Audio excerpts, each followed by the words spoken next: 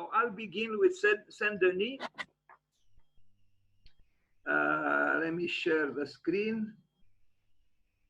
I learned how to do this the hard way, but I think I can handle it now. Okay. And now I'll open the, what you see here is actually a planned neighborhood in China without a car. That's good news. That's excellent news. I'm very happy that this is happening. China is moving forward with higher speed than the United States, and actually probably with a higher speed than most of the world, if not all of it. Okay, so do you see the Basilica of Saint Denis, Paris? Da. Okay, you see it. Okay, very good. Okay, all right. So this is the building that was, what's the word? I keep forgetting it. Not denominated. Today was the opening of this first Gothic building in Paris, but 870 something years, say 76, let's say, or 79 years old, 879 years ago. So the Basilica of Saint-Denis, in French, Basilique Royale de Saint-Denis, or simply Basilique Saint-Denis, is a large medieval abbey church in the city of Saint-Denis, now a northern suburb of Paris. The building is of singular importance historically and architecturally, as its core, I'm not sure I pronounce well this word, although I try to exercise, completed in 1144. So yeah, 76 years ago, 876 years ago, shows the first use of all of the elements of Gothic architecture. So it was like a you know, so-called a great opening, and you'll understand why when we begin to contemplate this church. Because until this building, probably it wasn't just this building, but mainly this building, architecture was still Romanesque, was still heavy. It didn't have flying buttresses, it didn't have large windows, it was more telluric. But with this building and Abbé Sujet, the clergyman who was the catalyst, and some thought for many years that he was actually the architect, but it seems he was not. He was questing for a different kind of architecture with a lot of light, because he believed in light. He believed that God manifests himself through light. So this was the first building of a large scale that opened up to light as much as possible with the technology they had at that time. So this is the man. This is considered the father of the Gothic. Now, of course, these definitions are problematic because yeah, any definition is almost by definition a little simplistic. But he was the clergyman that animated the erection of this building in this way, and he's considered the so-called the father of the Gothic. He lived about 70 years, and most of his activity was done, well, all of it actually, in the 12th century, the first half of the 12th century. So, Abbé Sujet.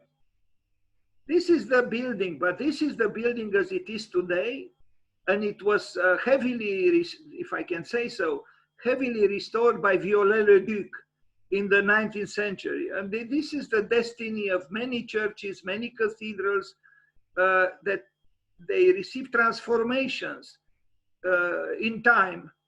And maybe this is not a bad thing, because the passage of time is somehow incorporated. The word is a little bit rigid, but you understand, it becomes part of the being of the building. So becoming becomes part of being, and this is one of the qualities actually of cathedrals, that they change and yet they remain the same. Yes, Viollet-le-Duc changed a lot, as he did also at Notre Dame, Cathedral de Notre Dame in Paris, where he also was restoring the building and making transformations.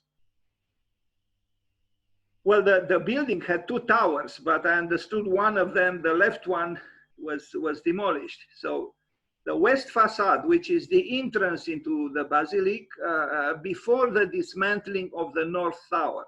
That's mid 19th century.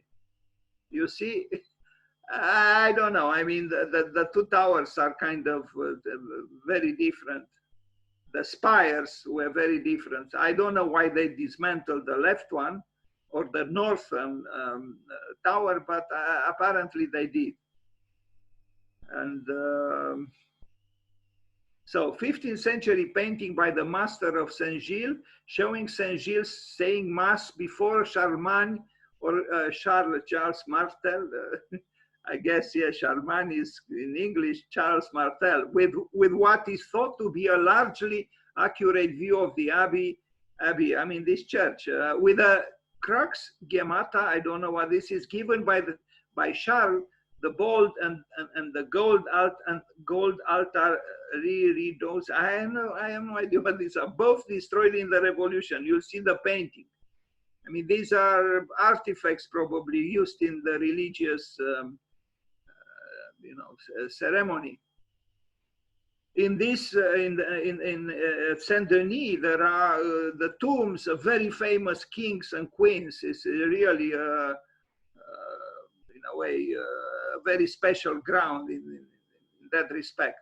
The north transept rose features the tree of Jesse. You know, these stained glass windows are they are marvels. They are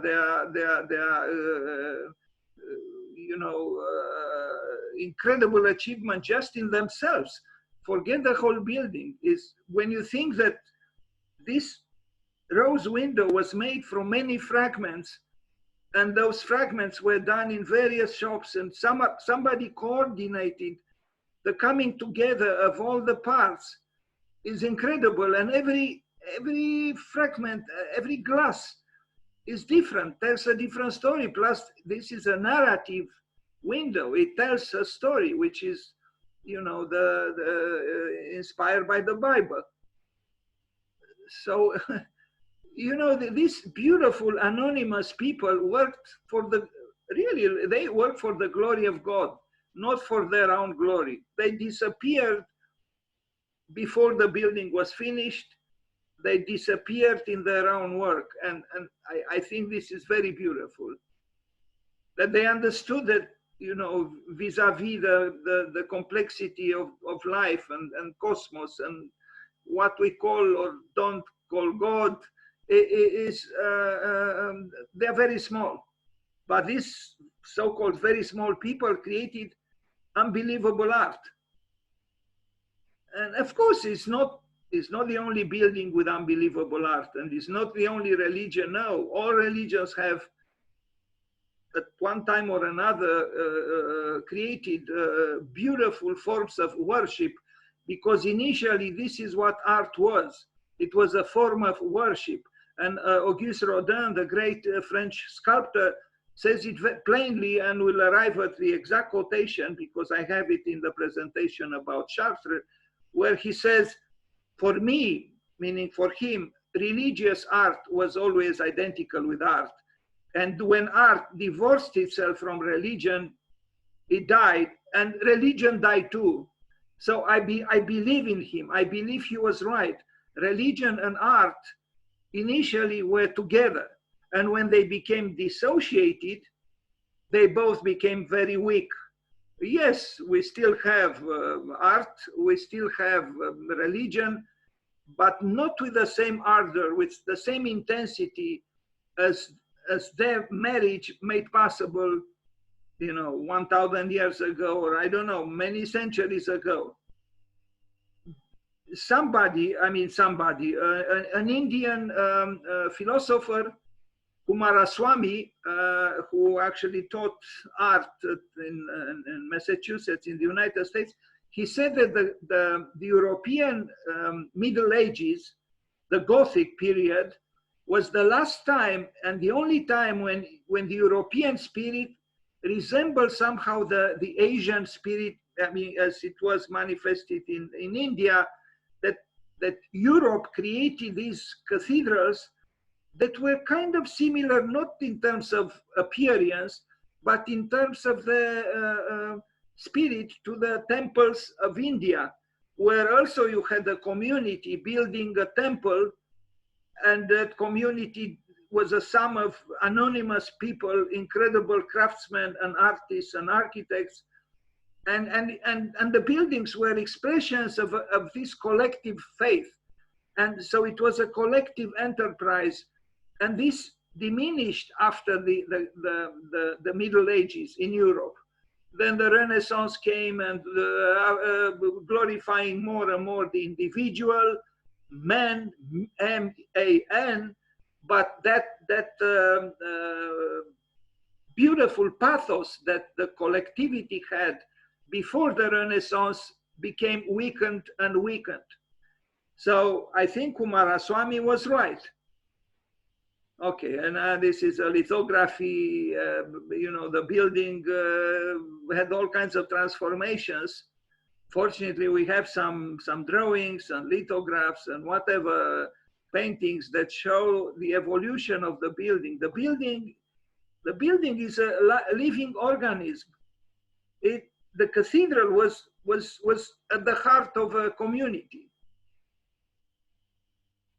Tympanum and lintel of the central portal showing Last Judgment. So this was a narrative architecture. This was not a mute architecture. This was not an indifferent architecture. This was an architecture that spoke and spoke using the language that most people knew, and that was the language of the sacred book. For me, not a very good reader of the sacred book, the iconography is cryptical. But I am sure for the people who lived then, they knew, maybe the humblest person knew many things, because this was the book. The cathedral was the book. And Victor Hugo, the great French writer, was right when he said, when the book showed up because of Gutenberg, because of printing, the book killed the cathedral. And I believe it's true, because the narrative of the walls of the cathedral found place on the pages of the book. And now the book itself is under assault because of the digital technologies and virtuality. I wonder what will come. So first, the cathedral was killed by the book, and now the book is killed by the internet and so on. I wonder what will happen. The timpano, again, it is beautiful to contemplate the richness, the complexity, it moves one, because it's all humanity here actually. It's beyond the specifics of a certain religion. Just as relevant are the sculptures and the stories depicted on the walls of a Hindu temple, for example. I think if you are sensitive enough, you cannot ignore the fact that beyond the specificities of certain religions, we are all one, actually. You know, and to claim that one is the preferred child of God and the other one is not, it's simply not true and ridiculous and deadly. It's not like this. It's like saying, you know, a family has 10 children and some of them are, you know, loved by the parents and the others are not. No, I mean, under normal conditions. Okay, here you have some drawings, it's something, you know, these sculptures incorporated in the walls have been destroyed, but people drew them. And you see, we don't even think about doing something, although I saw in Vienna attempts at bringing back sculpture into a modern building. And I think it's not is not a bad attempt at all. But we abstracted life very much, and now it's hard to bring narratives or figuration together with abstraction. But the attempt, I think, is not bad. Now, this is the part of the building that apparently is still alive. In other words, if you go to Paris and you want to see this first Gothic building, this part of the building is like it was done almost 900 years ago, which is amazing. So you'll see it now. It's very impressive. I mean, indeed, it's very luminous. It is more luminous than most. I lived for a while in France just because I wanted to be in the proximity of the great cathedrals. Strangely, I didn't see this cathedral because, to my shame, at that time I didn't know about it. But I saw the other, you know, around Amiens, Rouen, Reims, Chartres. They are darker than this one. This one is truly very luminous. And when you think that it was done almost 900 years ago, it's incredible. It truly is. And here we are not talking about digital model. We are talking about a real building, heavy because made with stone. The nave.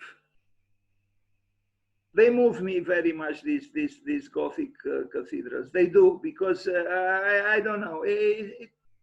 You feel less alone. You feel integrated into cosmos. You feel, yeah, you feel less fearful. The glazed triforium of Saint Denis is a notable feature of rayonnant Gothic. So apparently this building inspired this sub-style of the Gothic, rayonnant, from ray, rayonnant in French. Exactly because it is so luminous. You know, the sun ray pierces, in fact, the word pierces is not appropriate, enters the building through the generous windows. And look how slender the columns are. Again, considering that this is stone and this is not steel.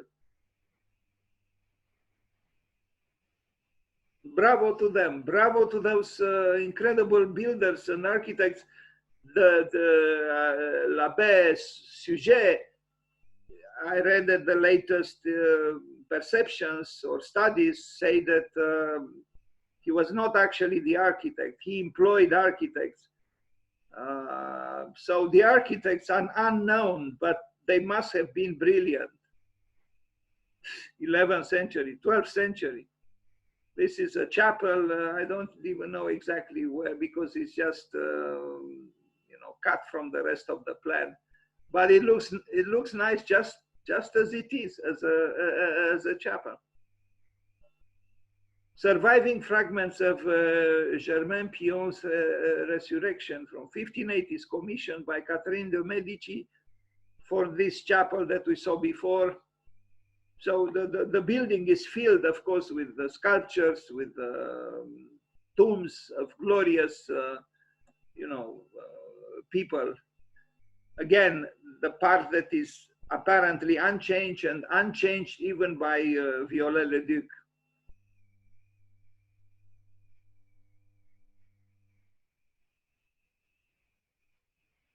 I said it before. I saw an exhibition of Tadao Ando in New York City at the Museum of Modern Art.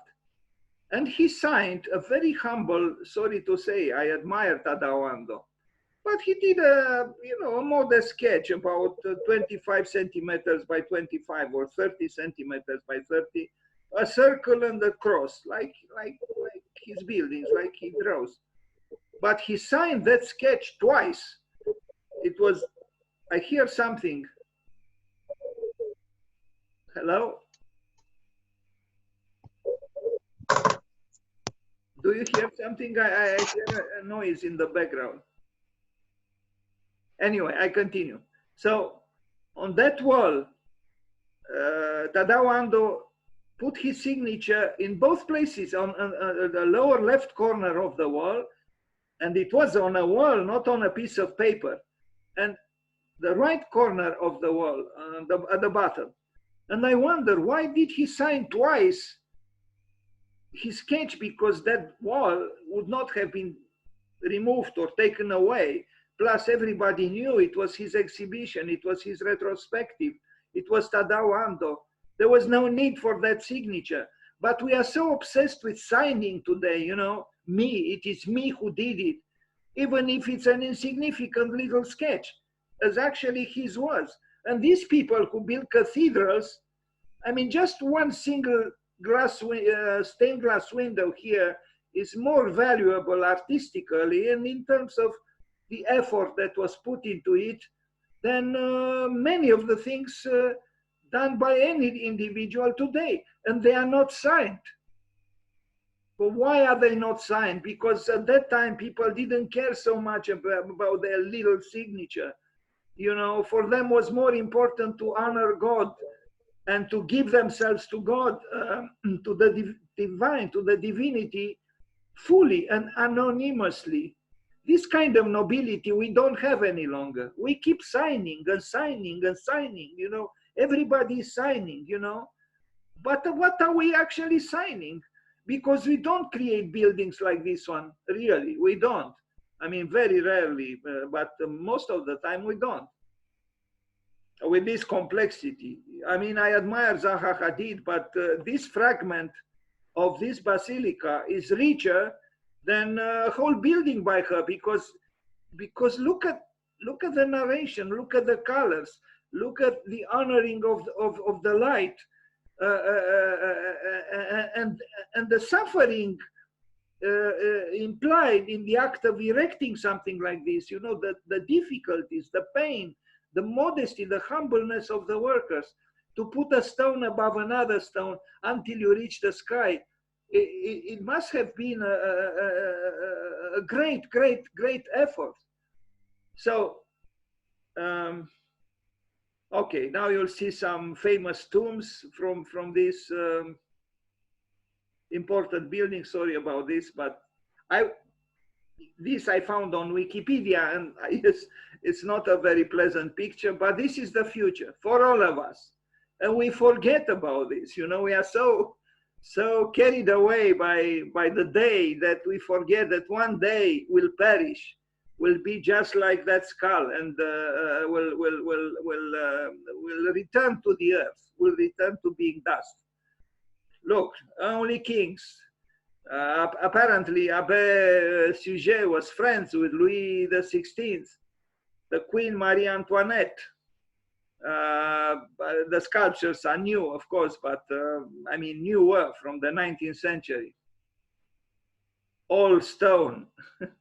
These people built in stone. They didn't play games. Stone above stone above stone. The organ.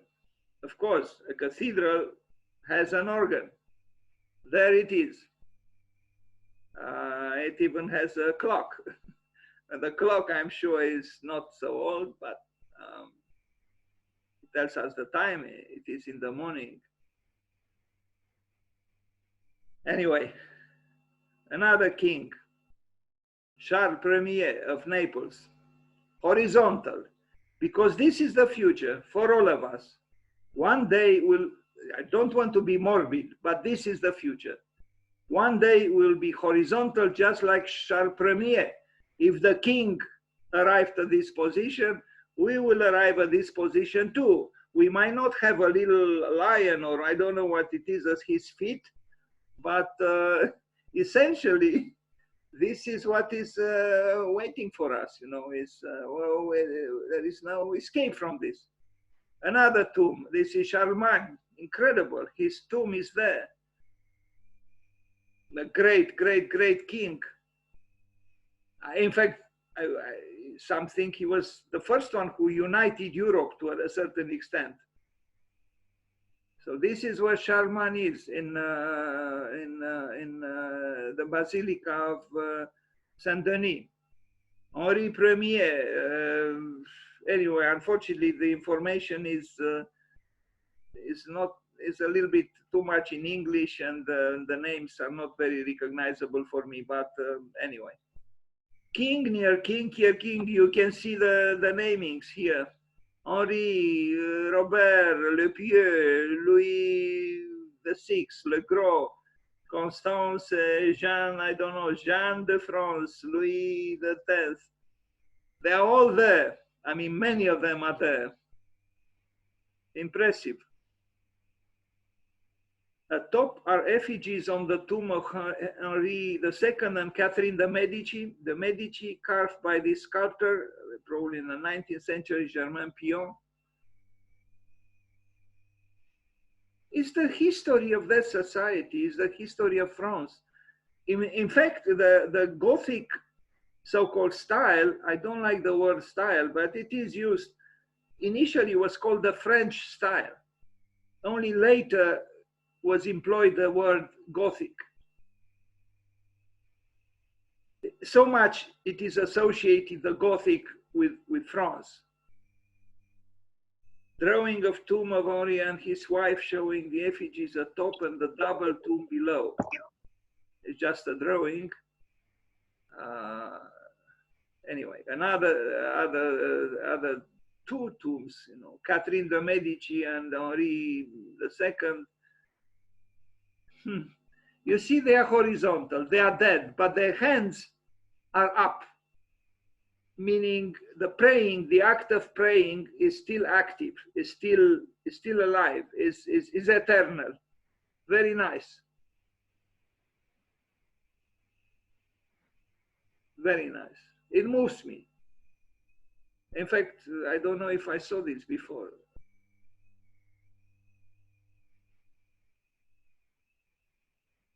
Another tomb of Armenia. I don't know who this king or whatever. I imagine he was a king.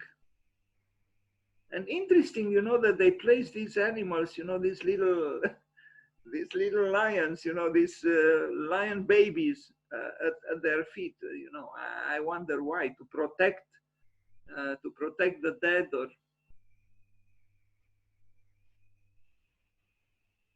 another tomb. I think this place is filled with famous people. Isabella, Isabeau of Bavaria, Louis de Saussure, Jean de Bourbon. Look at them. In the cathedral, in the Basilica of Saint Denis, which today on the 11th of June, I verified on various sites, this is the day when it was, I don't know, I keep forgetting this word, not denominated. It was grand opening, if I am to express myself unacceptably, in very prosaic terms. Another tomb, this one more elaborate, and you know, but you know, we are dealing with the same thing, with the eternal. This picture is a little small, but still is about the glory of this space, which is animated by light. And I think, Mr. Coma, I think the name is consecration. The consecration of the space. No. I mean, maybe we could use various words. The name in English, because I read in English, is something that starts with D, and now I'm too tired to recall it. But it's okay. Yeah, we understood. Yes, it was not denomination. It's when the opening, when the building was ready, and it was, yes, consecration too. It can be used, but in English they used a different word. Inauguration. Well, you could use that one too, but it's not that one. I'm mad at myself because I was murmuring this word all time during the night, and now I don't remember it. It's okay. We understood. It's inauguration. It's dedication. No. No. No. It's pretty funny that we are trying to do this. Pardon? I'm saying that it's pretty funny we are trying to find the right word. No, but it's not really very important because we understood what it is about. Anyway, There is a specific word, and it's actually very simple, and that's why I'm mad at myself that I don't recall it. It's fine. The building is great. And you see this, the meeting between the light and the stone. So you have the gray stone, and then you have the graceness, the gracious light entering the building through these, miraculous stained glass windows, really, I mean, just this fragment, if I can call it so, is splendid, it's a celebration of life.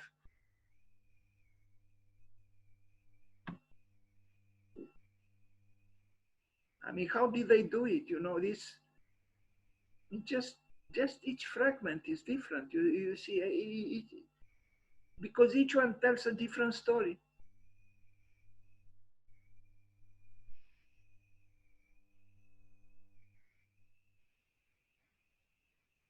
Well, when we talked about Frank Lloyd Wright and we showed that he used a little bit of, stained glass work at the Robbie House or some other buildings, and I commented in positive terms, but that kind of stained glass work was done by an individual with, limited means, and very abstracted and very, in a way, simple and almost simplistic in comparison with what we see here.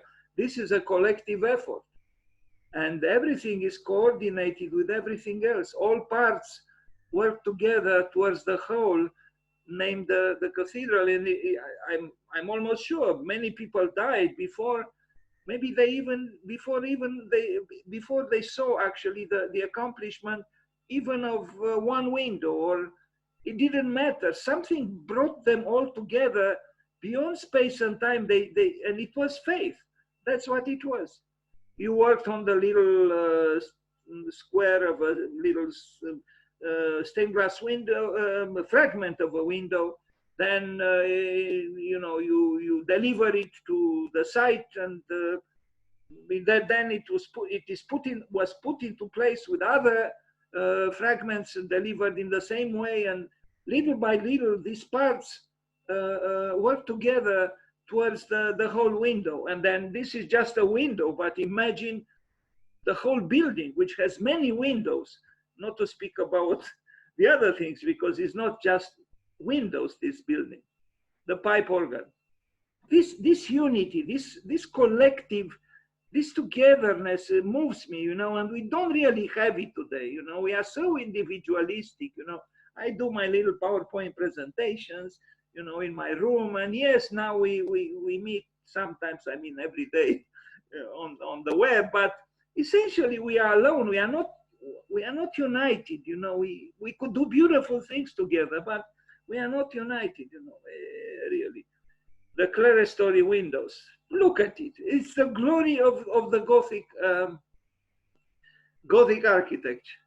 You can tell that the building starts from the telluric, starts from terra, starts from the earth, and moves from it upwards towards the sky, and from darkness towards lightness. And then you have the structure, almost a metaphor of the foliage of the tree. The columns are the trunks, and then you have the nerves, the branches that make the covering possible, and they are the coiffure of the building in a way, and they protect, but they also a celebration of this growth, because it's about growth, growing towards the sky, growing towards light. In other words, growing towards God. This is what it is. Why the Gothic is not receiving, it's actually a strange phenomenon. When we go visiting other countries, especially in Europe, almost unavoidably, we move towards the cathedral. And in various cities in Italy or Germany or France, our steps somehow cannot avoid walking towards, towards the cathedral. But in the studies of architecture, we are still obsessed with Renaissance and post-Renaissance, and not so much with the Gothic. Somehow the Gothic irritates us. I know what is happening here in the school here. The Gothic is not treated in equal terms with the Renaissance. The Gothic is still considered kind of barbarous and a little bit exotic and a little bit strange and primitive maybe. What primitive is? Maybe this is I think what scares us about the Gothic art and Gothic architecture is its collectiveness and its arduous quest for God. This is what scares us because it's a completely different modus vivendi. We can kind of identify, to an extent, well, if we are courageous enough, with Michelangelo, Leonardo, Brunelleschi, because they epitomized the individuality, the force of the individual human being, the genius. But the Gothic period displayed a different kind of genius, the collective genius, and this we are not comfortable with. How come? I want to sign everything and a lot of things. I cannot just disappear in the beauty of a little stained glass window and vanish from life as if I was never there. But that's not how they felt. That's not how they thought. That's not how they lived. They lived for the glory of God. And by the way of this, I could be, sometimes perhaps tiring for some people, because I do say it from time to time. It moves me that Johann Sebastian Bach, who didn't live in the Gothic times, but who was probably one of the most spiritual composers of all times, he signed his musical, papers with 3 letters, S, D, and G, which meant in Latin soli Deus gloria, or Deo gloria, that is only for the glory of God. And I know an artist, a great artist whom I admire immensely. He died some years ago. In my opinion, the best movie director, Ingmar Bergman, the Swedish film director. He used to sign his screenplays with the same 3 initials, Soli Deo Gloria, for the glory of God. And I wonder, why is it that the architect today, even the best, do not sign their plans in that way? Because we don't believe, we are prosaic, we are actually mercantile, and we are not animated by such ideals as Bach was or Ingmar Bergman. Most of the time we are not. I am sure, and I hope there are exceptions, but I still didn't yet see working drawing signed in this way, as Bach signed his musical notations and as Bergman signed his screenplays. And I think we should inspire ourselves, because Bergman was a modern man and a great creator, and we'll come back to him when I talk about Chartres. And Bach was a composer beyond, questioning. So, yeah, I think we should inspire ourselves from them. Another tomb of a different kind, but a tomb nevertheless, stone. Of course, not everybody receives such a tomb, only the leaders, the political leaders, the kings and the queens. This is a window, a detail from the 12th century. And look at the intricacy, look at the details, and this is very small. It's part of a larger window. It's just a fragment. This is done obviously by someone who had faith. The Trinity depicted above the entrance, and God is at the center.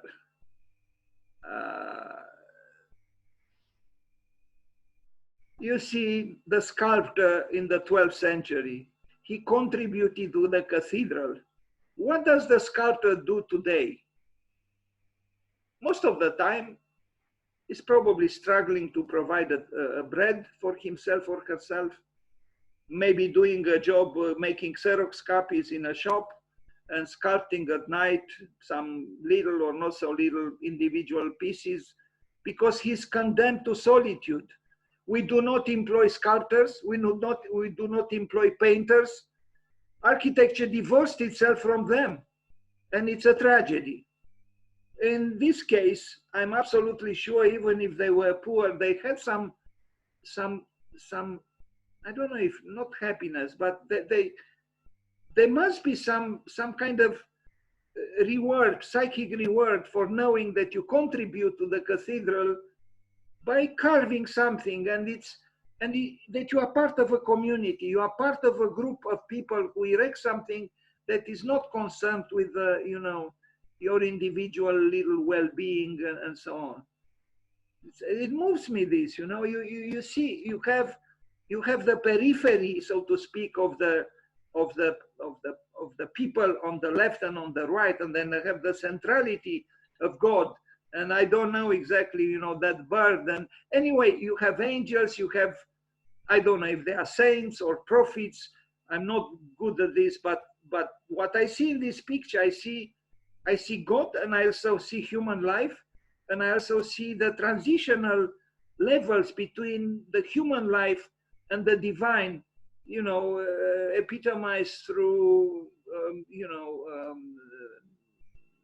angels and other beings. Anyway, this was the Basilica of Saint Denis. Now I will show you Chartres. I could also, let me see, I have a video. Maybe you would like to see the video. Let me see if I can find it quickly. I know I saved it here. Let's see. Now this is, I don't know. This is about a beau sujet. If you want, I can read a little bit to you. It's written very small. Is referred to as the father of the Gothic. So as I said, this Abbé Sujet is considered the father of the Gothic architecture. And then it says he came from a humble family, and I don't know, I don't like to read. But if you are interested, you can find information about him. But I'm trying to find, yeah, this one, I think it is. Okay, let's watch this. It's not long. It's 5 minutes. And maybe you'll enjoy it. Here we are at Basilica of Saint Denis, place of the Gothic.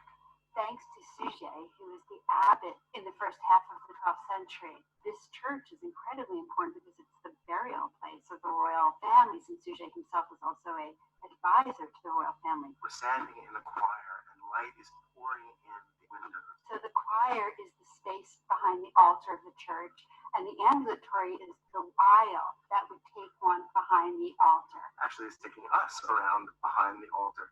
Now, Sujet completed the ambulatory and also the facade of the church. And none of this was new construction. There had been a 9th century church here, and Sujet felt that it was inadequate as the burial place of the kings.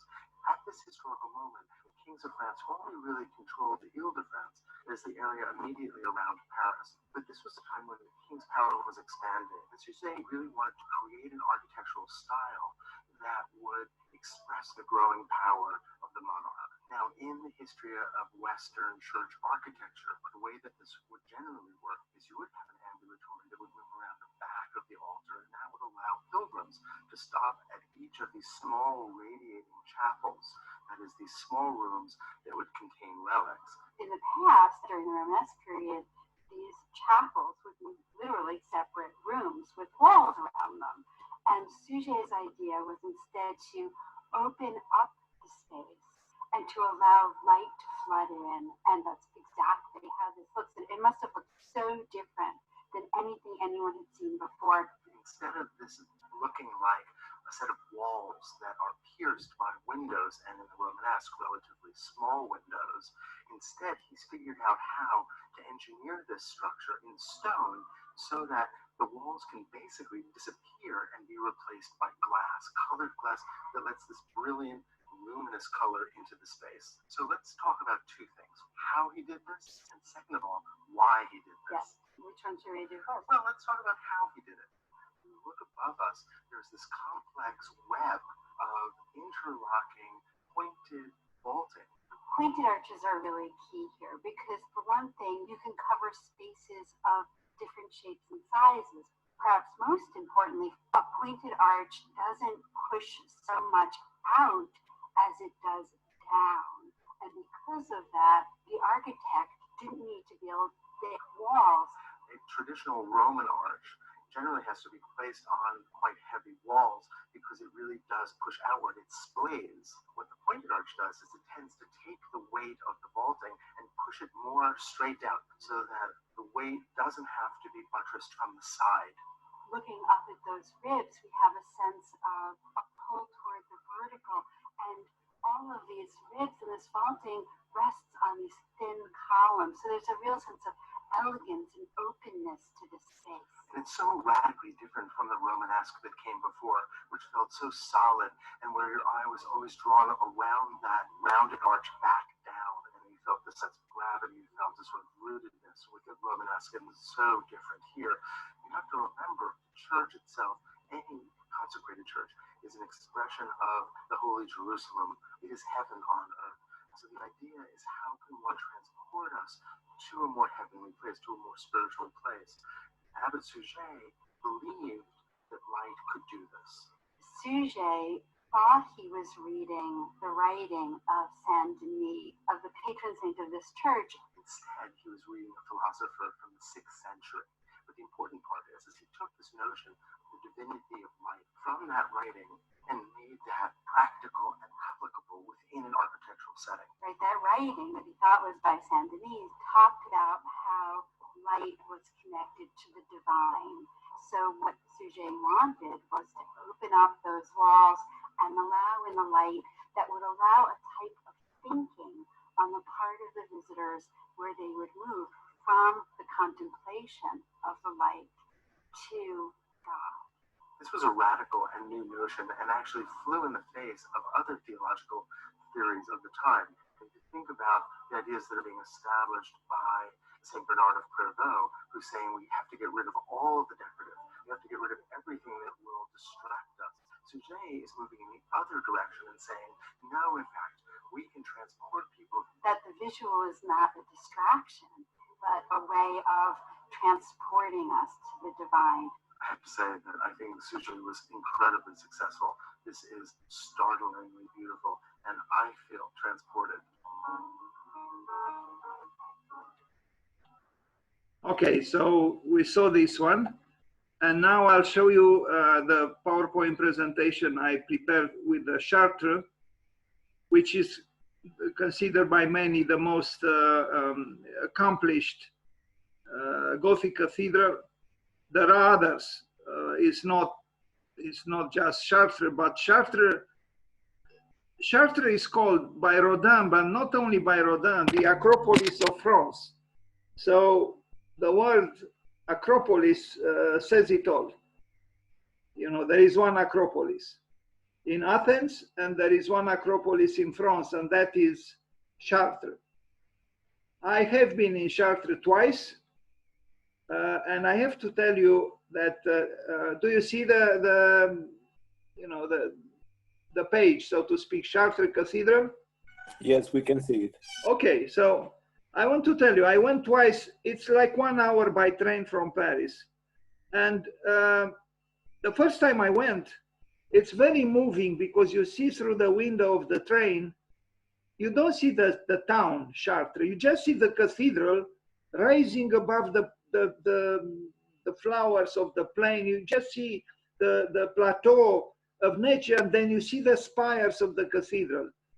And then when I arrived there, because I don't usually like guides, and I don't like to read excessively before I visit something. I would rather read after I visit something. So I went there, it was the evening, and I just wanted to feel the building.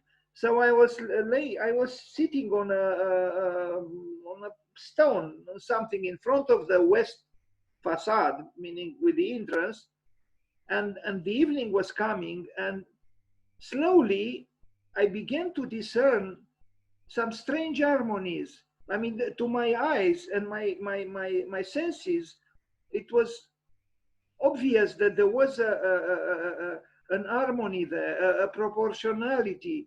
So I stood up and I began to measure with my feet, you know, to kind of make sense in measurable terms of what I was seeing.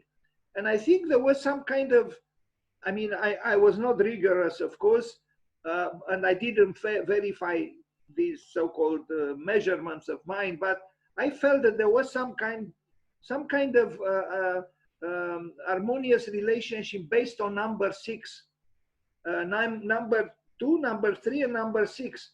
I remember comparing verticals and horizontals, and with what I measured, there was some miraculous harmony between all parts. And then I went inside, and I looked at the building, and you know, cathedrals. I mean, this was a dark cathedral, and it's dark even during the day. But I didn't have too much time to wander through the building, because I've heard the voice. We were invited to go out to leave the building because some ceremony was to take place.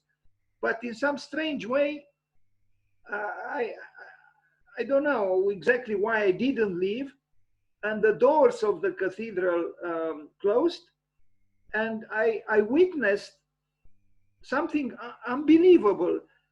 I mean, they didn't notice me because, you know, it's a huge cathedral and it was dark, but some people showed up.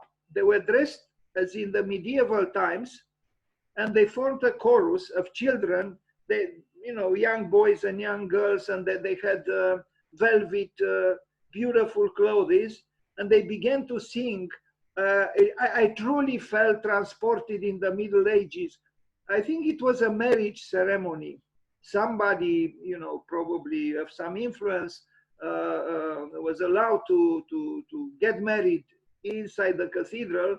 They didn't want to have tourists there. But I was there. Unfortunately, I left because I was in a hurry to catch my train, and I regret it afterwards. But those few minutes, not so few, 5-10 minutes that I spent there, I will never forget. I truly felt I was in the Middle Ages. There was a different feeling. It was very, very, very beautiful. Anyway, Chartres Cathedral. Okay, I'll say something later. You see what I was telling you about, what you see from the train that brings you from Paris to Chartres. That's how you see the cathedral from afar. Now, this is a pilgrimage towards the cathedral. The cathedral is very famous, and I guess they have every year something like this, you know, people walking towards the cathedral. Who knows? I don't know, maybe they even come from Paris, I don't know, but it's very moving, actually.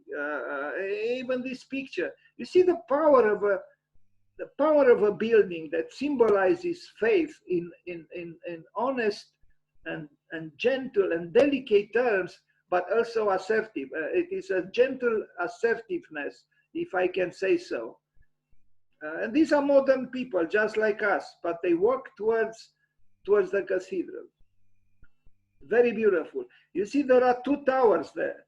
The one on the left is considered the tower dedicated to the moon, or the moon tower, and the one on the right, built later, the sun tower. So you have the moon and the sun. You have the feminine principle, because usually the feminine is associated with the moon, and the masculine associated with the sun.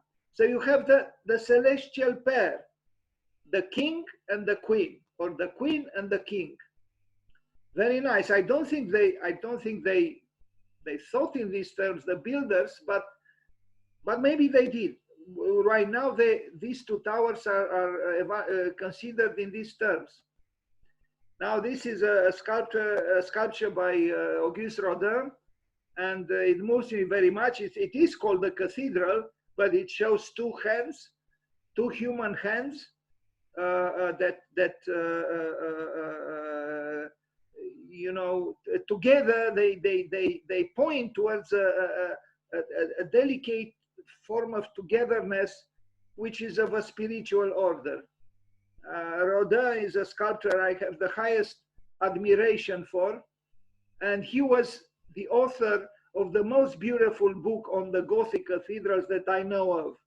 I'm not a scholar of the Gothic, and so I'm sure there are books that I don't know of, but this book that I discovered that in New York, I bought it with $1 from outside of a bookshop. It was almost discarded between newspapers and other, all kinds of useless papers. Le Cathedral de France by Auguste Rodin. I recommend you. It is translated into English. It is a beautiful, beautiful book written by a very energetic and sensitive man who truly understood the Gothic. And he decried the weakening of faith, which he already witnessed at the end of the 19th century and the beginning of the 20th century. He was a sensuous man, a sensual man, but he also had a very strong and serious longing for God, for spirit. Yeah, but before we go into studying a little bit the cathedral, I want to bring to your attention the Bauhaus Manifesto by Walter Gropius. Walter Gropius, now the modern architect who created the Bauhaus, the famous school that lasted for only 13 years. What is very interesting and is usually neglected is the very manifesto that Gropius wrote, which is very mystic. It is a mystical manifesto. It has nothing to do international style with ergonomics or efficient design.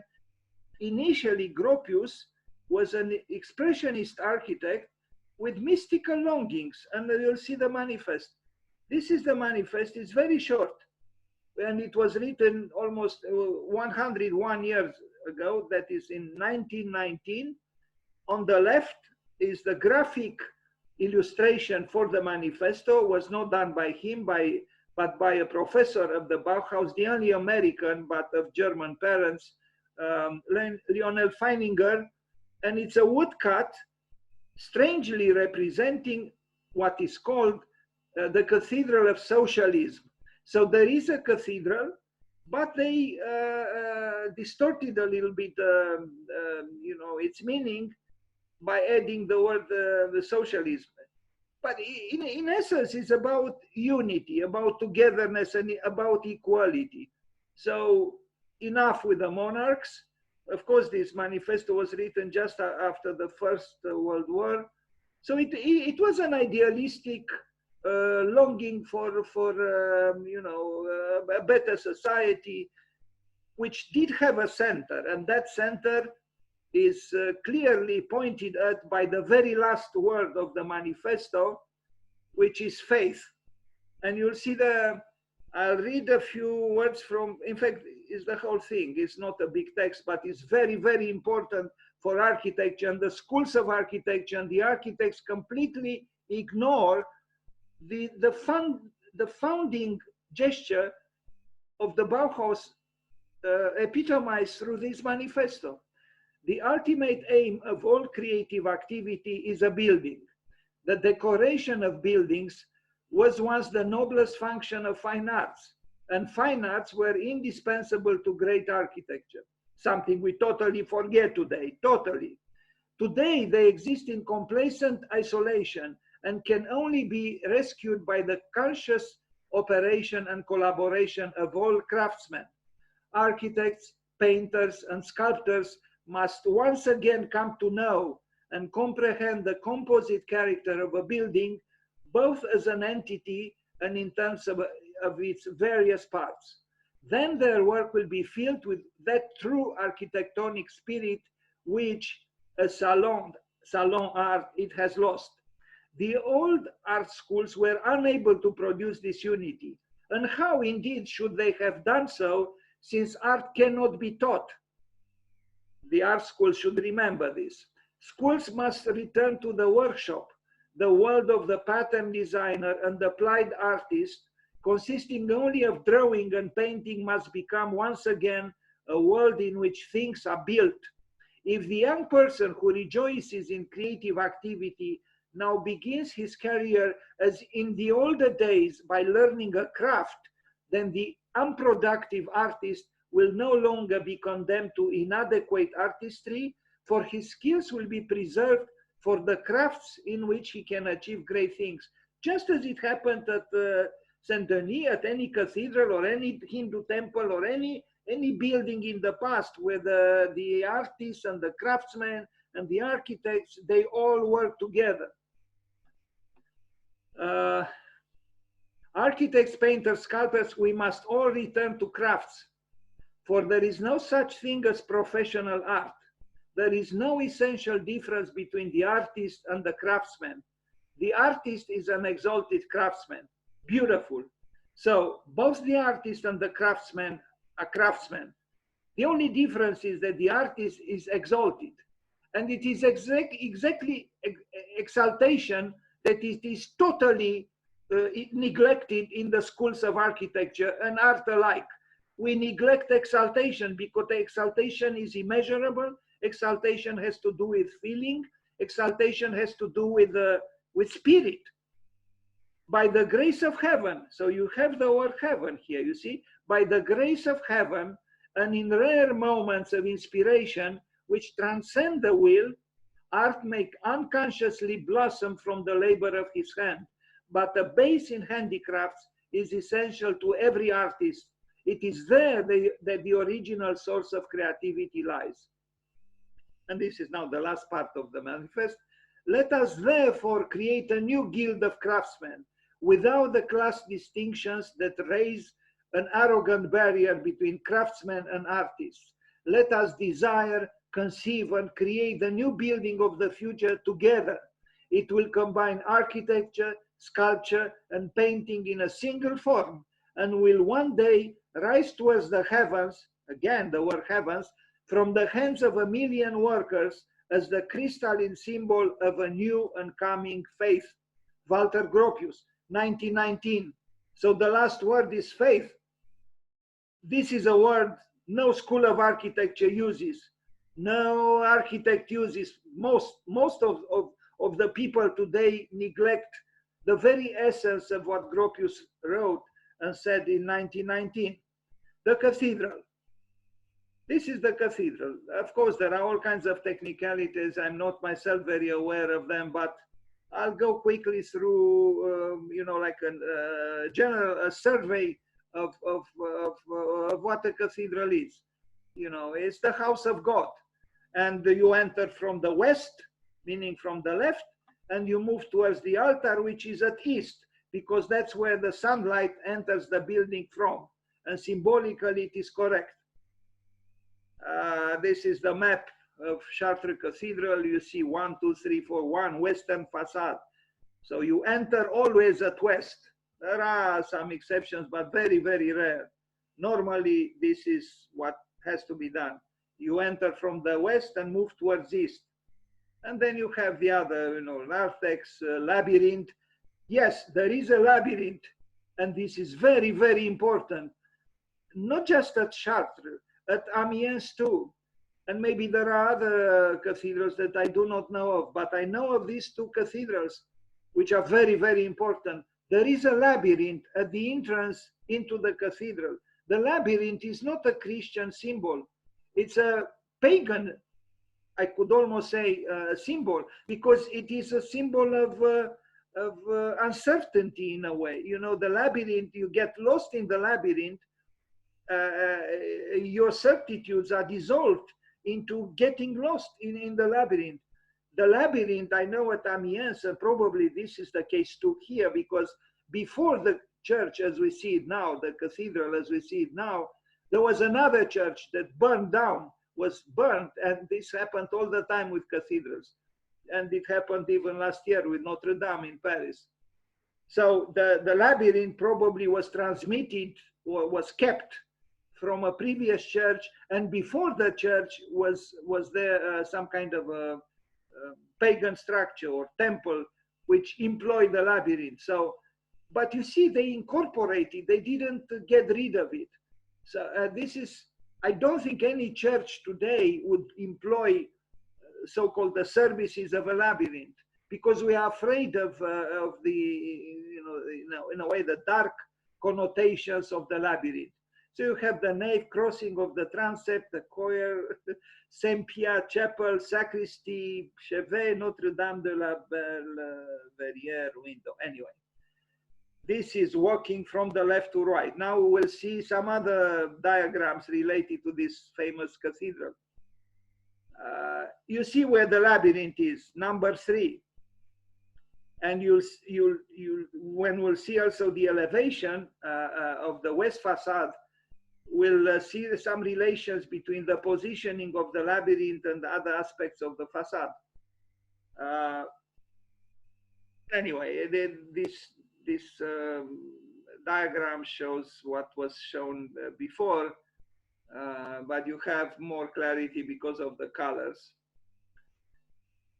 What we saw at Saint Denis, we saw this ambulatory here, number 8. So you can go around the altar, and that's where that's the part at Saint Denis that is very valuable and that was not really changed or not dramatically. So it's kind of like in the 12th century.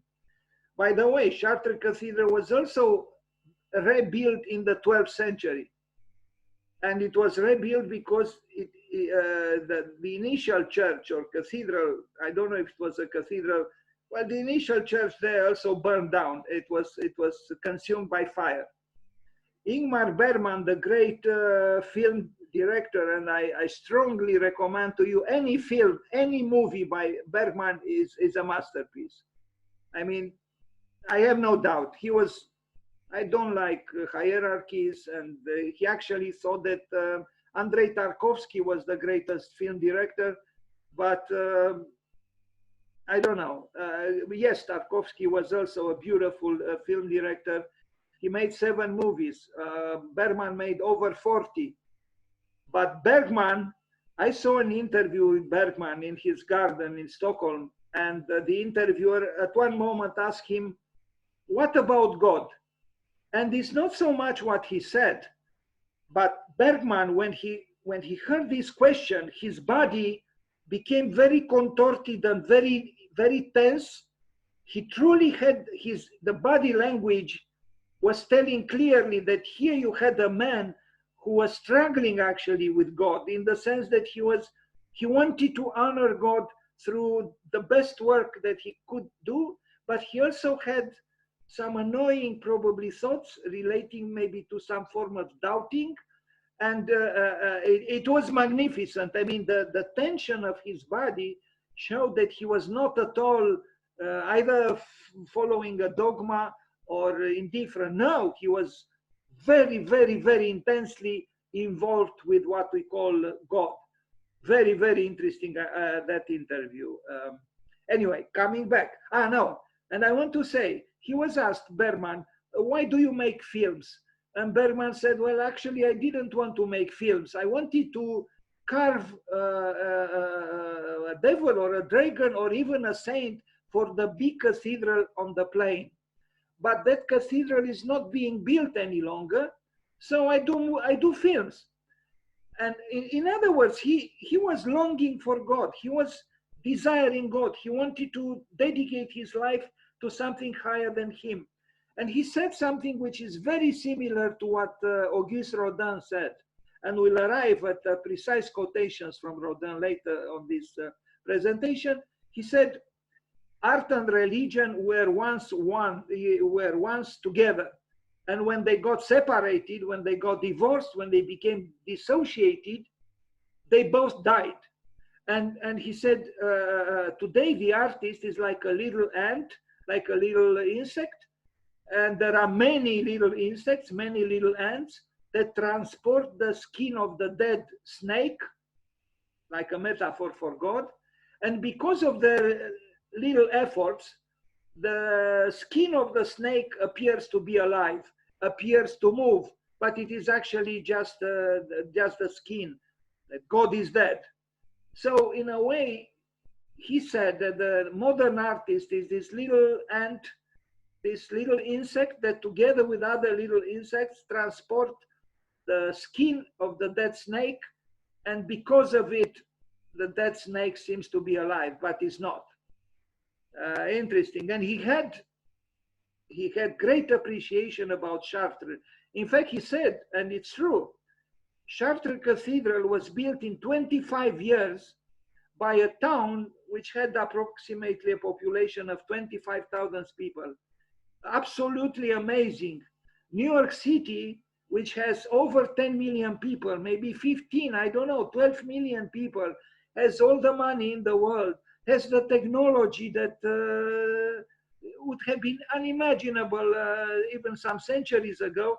They cannot finish, well, all cathedrals are in a way unfinished, but St. John the Divine Cathedral, which is a pastiche, you know, began in the 19th century. It's big, it's true, but it's a pastiche. It's not an original work like Chartres, and they cannot finish it. Why? It's very simple. They don't have that faith. That's why. They have the money, they have the numbers, they have everything, but they don't have the faith. So here you have a little village, a little, town, 25,000 people, everybody contributed to the erection of this building. Women, children, old people, builders, architects, artisans, all together came because they were ravished by the fire. So it was like, their lives stopped at the moment when the old cathedral was consumed by fire. So they had to rebuild the cathedral. In other words, they didn't build the cathedral in order to live, but the other way around, they lived in order to build the cathedral. And this reminds me of what Gaston Bachelard said, that the mollusk doesn't build its house to live in, but it lives in order to build its house. And that's exactly what we do not do. We build quickly the house in order to lay on the sofa and watch TV. But we don't live in order to leave the house. The house is not the culmination of the living process any longer. And not just in terms of cathedrals, but in terms of any building. There are all kinds of technicalities, and I don't know them myself, and maybe I should be a little bit ashamed about this. I'm not very good with information. I try to transmit, if I can, inspiration. If I fail, it's my mistake. But these technical details, are important, of course, because this building was built with knowledge.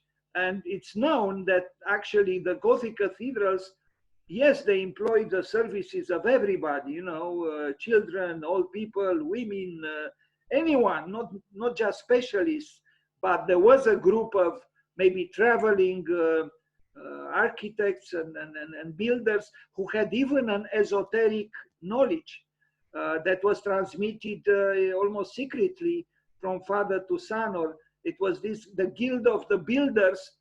This guild was very knowledgeable and sophisticated, and I think that sophisticated knowledge was the source of that mysterious, for me, that mysterious harmony that I perceived in the western facade of the cathedral. They were not, banal builders, no. And you couldn't be to build such a complex building. Really, you had to have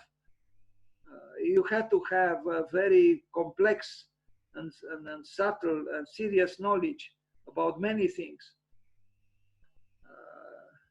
Yes, there is a certain dogma and each cathedral represents a variation on a theme that is kind of common. Can I say something? Please. Because you mentioned about the esoterical knowledge they have. And if you remember our discussion yesterday about the Indian temples, we discussed together that they also have some knowledge in order to join also the energies inside the space and in the interior space of the building. And this was also the case for the Gothic school of build.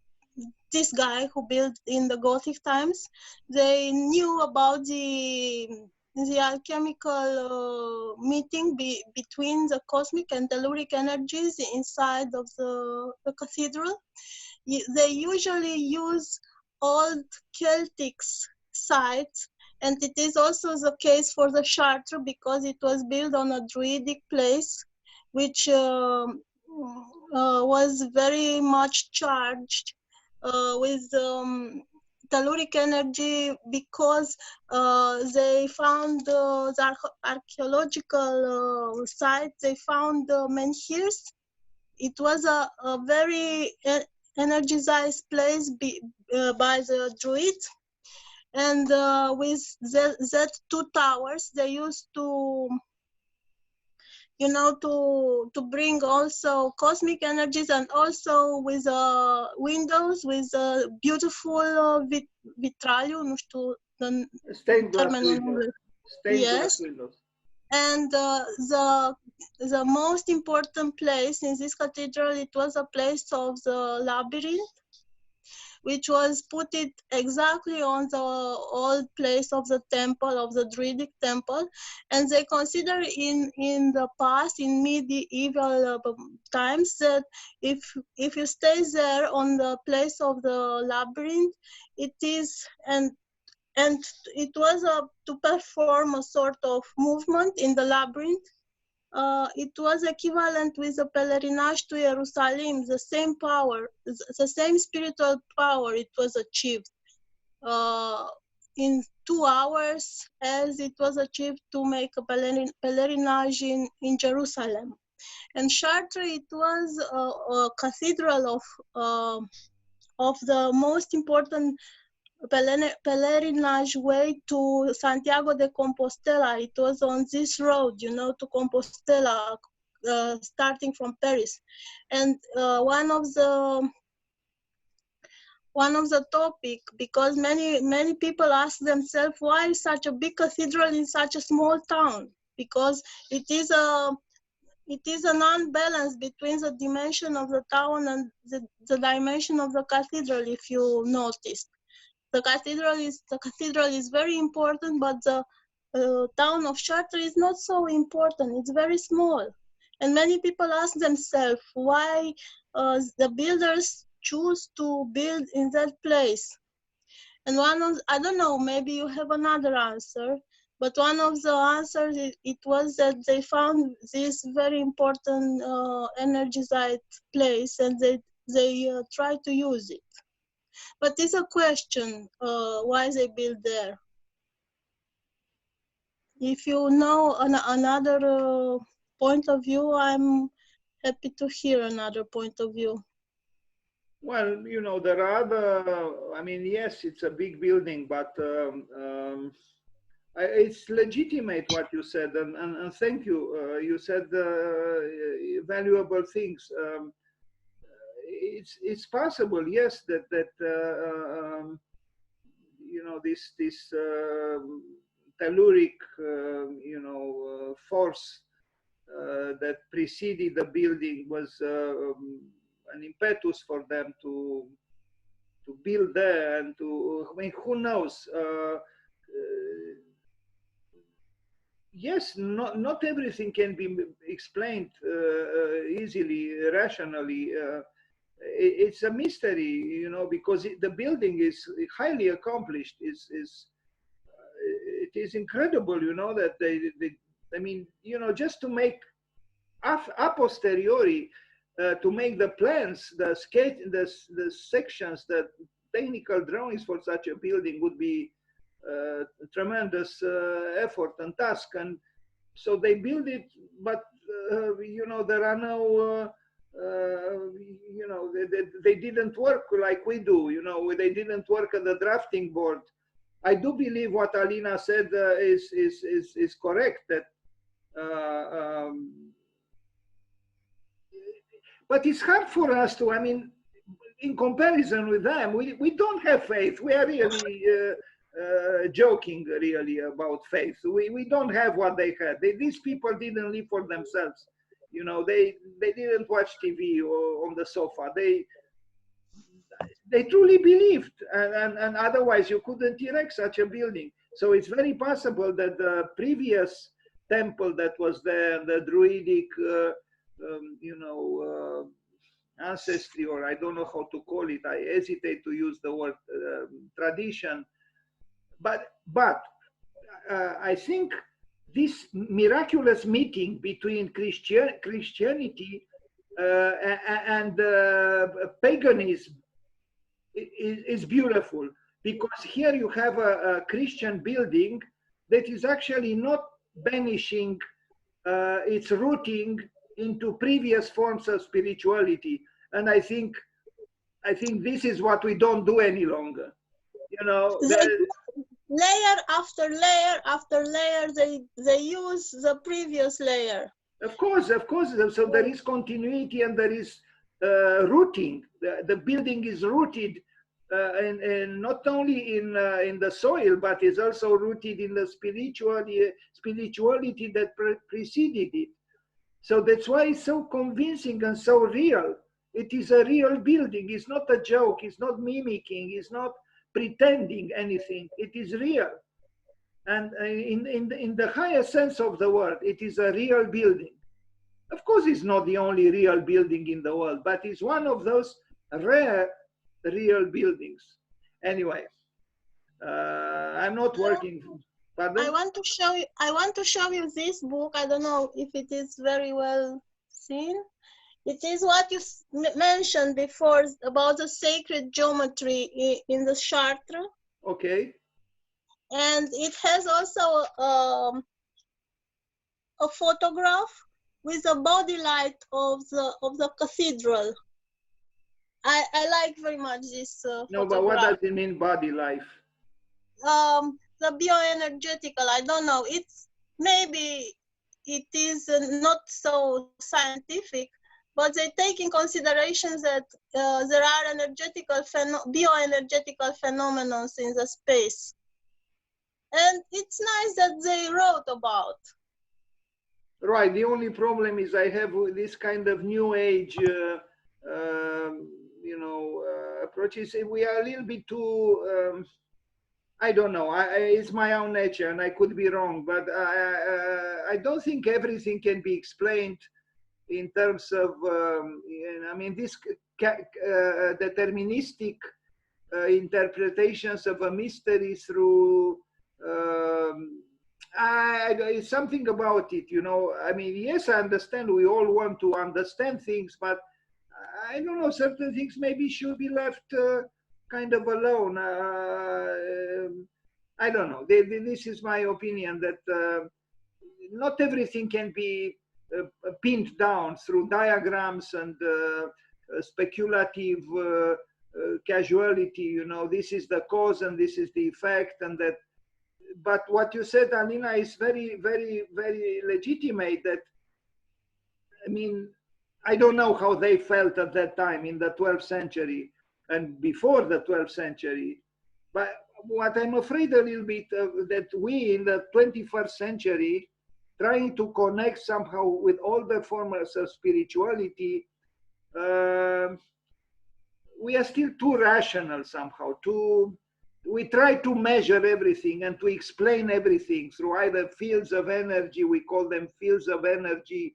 I mean, after all, what does that actually mean, you know? I know there are, in Romania, there are healers who so-called heal you of cancer or who knows what through energy manipulations. I don't know. I'm a little bit skeptical, but In some cases, it's probably possible. I don't know. I don't know. Anyway, should continue. I agree, but as a possibility, as a scenario, it's in a way good to know about and to take maybe in consideration. Not that can be like this. Yeah, I know. I mean, there are those books, you know, with Chinese, all kinds of, I don't know. I'm a little bit, especially when we borrow them from other cultures and Yes. other times, Yes. because we don't actually belong to those other cultures and Yes. other times. Yes, yes, Anyway, I agree. look at this. I agree. Thank you. Well, thank you, because your participation was excellent, just as it was yesterday. And so you have everything in this cathedral. Actually, this cathedral, the Chartres Cathedral, is by far, for me, superior to Notre Dame in Paris. Also, it is in a better shape. It didn't have the interventions, although I think Viollet-le-Duc was a great architect, but it's not just about Viollet-le-Duc. This one, I like this fact that it has this, it's almost in Jungian terms, I'm referring to Carl Jung, that you have the feminine tower and the masculine tower. It's truly an embracing a unity between opposites. And this was the opus, the alchemical opus. You try to bring together the opposites, fire with water, the sun with the moon, the feminine with the masculine. And you feel this building is both masculine and feminine. It's both, it has strengths, but it also has, it's a tender building, is a gentle building, although it has solidity. That's why perhaps it's so appreciated, because it's a conjunctio oppositorum, the conjunction of opposites. It's truly a great building. This is the labyrinth. And I think what you said, Alina, is correct. That yes, it's a simplified version. I mean, it's almost you know, it's a ritualistic journey within the labyrinth, that a microcosmic journey of the macrocosmic one. It's going towards the New Jerusalem, going towards the center. But this kind of spiritual ideology, or I don't know how to call it, probably my wording is not very inspired now, is again something we avoid today. We are building now in Bucharest a big cathedral, but which is so simple, which is actually an insult to faith. I'm sorry, it is an insult to faith. They will never think about doing something like this, you know, to humble the one who enters the cathedral through, but is the word humbling maybe is not appropriate, but to this testing of it's like in a ritual where you go through various phases in order to ascend, to move towards light, towards the altar, towards east. And you first go through the darkness, in a way, the darkness, the conceptual darkness of the labyrinth. Is like the poet says, you know, Nikita Stănescu, darkening darkness, thus the gates of light. Here you could say, you know, the labyrinthine journey is prior to the enlightenment. You first go around in this vortex that it's a test almost. And it's also an emblem of the unknown. The labyrinth is an emblem of the unknown. It has a center, but you don't know how to arrive there. You can also get lost. The labyrinth, in a way, is the very opposite of dogma. There are all kinds of, in fact, what you showed us, Alina, can be seen here at the intersection between the two circles, just like the two circles in Carlos Carpa, which is also used in China, where you have wholeness arrived at by intersecting two circles, and the area common to both, the Vesica, this is the, I don't know how it is called, Mandorla, or anyway, this Vesica Pisci, Vesica Pisci. Yes, right here is the place of conjunction. between the two circles. But here there are many kinds of conjunction. Whoever did this diagram tried to approximate some of them. Probably there are others. Nothing is accidental in this cathedral, and yet it's very free. It's not dogmatic. You'll see also, look at this. So this is the positioning of, I don't have knowledge about, unfortunately, about this, you know, this is Indian, but it's the plan. Pardon?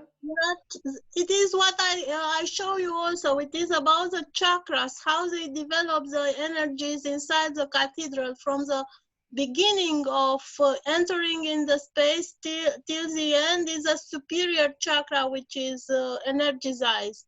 Yeah, it's the same concept. The same concept from my book, but it's put it in other way in graphic. The same concept. Yes, because people try to make sense of something that is so mysteriously beautiful. I don't know if couples without being able to be fertile, if they go to Chartres, if they become fertile. But when I visited Hera's temple in Paestum, Paestum is in the south of Italy, and is a very famous pre-Doric temple. There I read that infertile couples, they spend the night there and then they become fertile. And it's something also, this telluric force that you mentioned, Alina, this power of the earth that we are divorced from. And, you know, yes, maybe we are tempted to idealize, but I know what I felt there, that those pre-Doric columns were so powerful. From all the buildings I ever saw, and I didn't see so many, I never went to Asia, I didn't went to many places, but from the buildings that I saw, the temple of Hera moved me the most in Paestum, maybe even more, sorry to say, than Chartres Cathedral, but no, Chartres comes very close.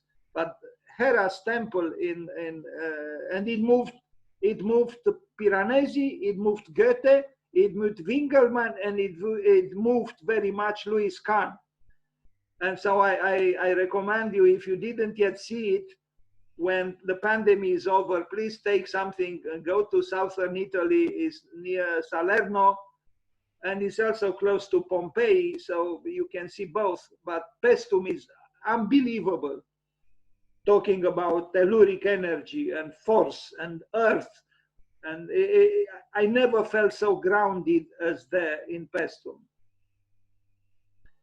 Other schema, you know, schematics, which are they are all legitimate, at least to an extent. I mean, this cathedral is an imago mundi, is an image of the world. It's an image of the human body. It's an image of cosmos. It's an image of wholeness. It's an image of everything. And look, this is very interesting. Look at the facade and look at the plan.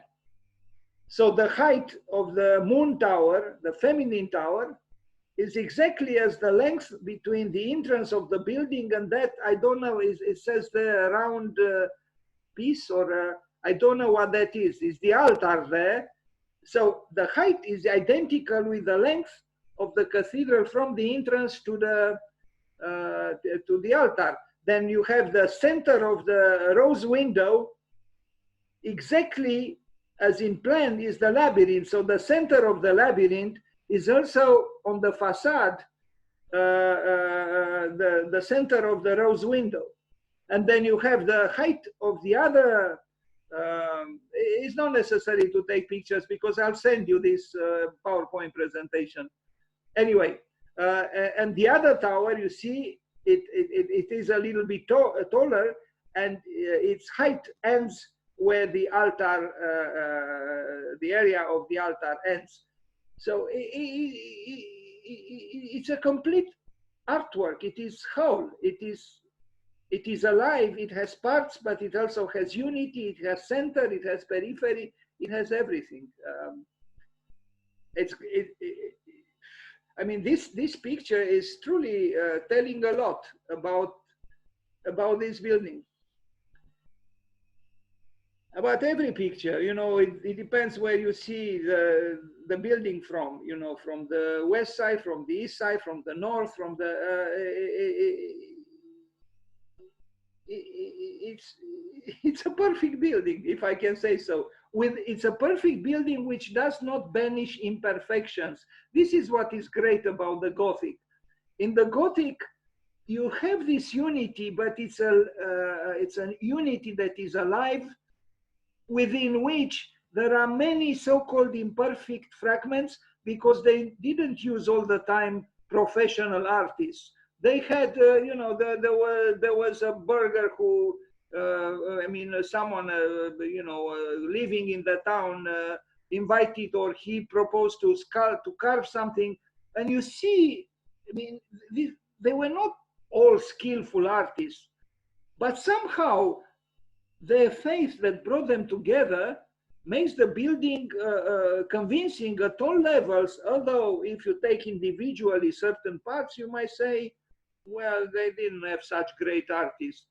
Well, you don't actually need great artists necessarily when you have this abundant, generous faith that inspires you. And even if you don't have a lot of so-called talent, or you don't have a diploma from I don't know what school in Western or Eastern Europe, you can still express that emotion and that faith that you have, and convincingly.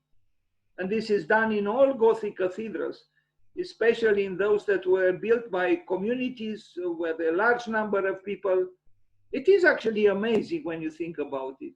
A town of 25,000 people built this building in stone, and there are sculptures there, there are all kinds of details, and we'll talk a little later about some of them. It's beautiful. I mean, look at the stained glass windows. Really, it puts us to shame. What do we do by comparison? And this is huge. It's not at the scale of our laptop screens.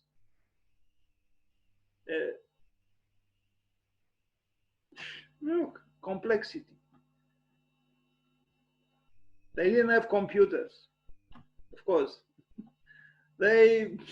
I don't know. I really don't know. It's maybe they were not done by humans. Maybe, you know, Elon Musk, his ancestors, talked with Martians to come here to Earth and erect this building.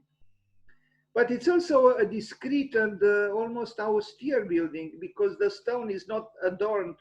I mean, it doesn't have so-called finishes. A cathedral, you insult a cathedral to begin to spoil the walls with, you know, tenquiala, with this. No, a good building doesn't need them. Of course, it's stone, so, you know, stone is stone. But look at the embroidery, the detailed work in stone. It's almost like in Asia. Yes, I understand Kumaraswamy, why he sang the European Gothic art and architecture that reminded him of the temples in India. And it's a collective art. This is what it is.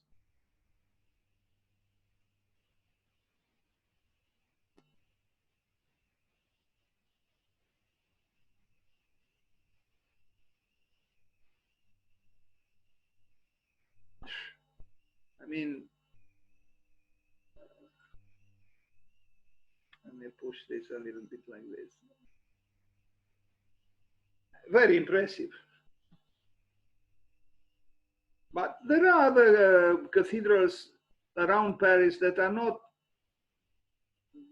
No, they are almost of similar quality. You know, in Reims and Rouen and Amiens and Beauvais, particularly Beauvais. Beauvais would have been the Mozart of cathedrals. Unfortunately, it was bombed in the Second World War, and also is not quite finished, not even at an approximate level, but is the most musical and the most luminous of all cathedrals, the one in Beauvais. And in Beauvais there is an airport where inexpensive airlines, which arrive in Paris, they actually land in Beauvais, a very famous cathedral there as well. I mean, look at the scale. I mean, look at the human silhouette.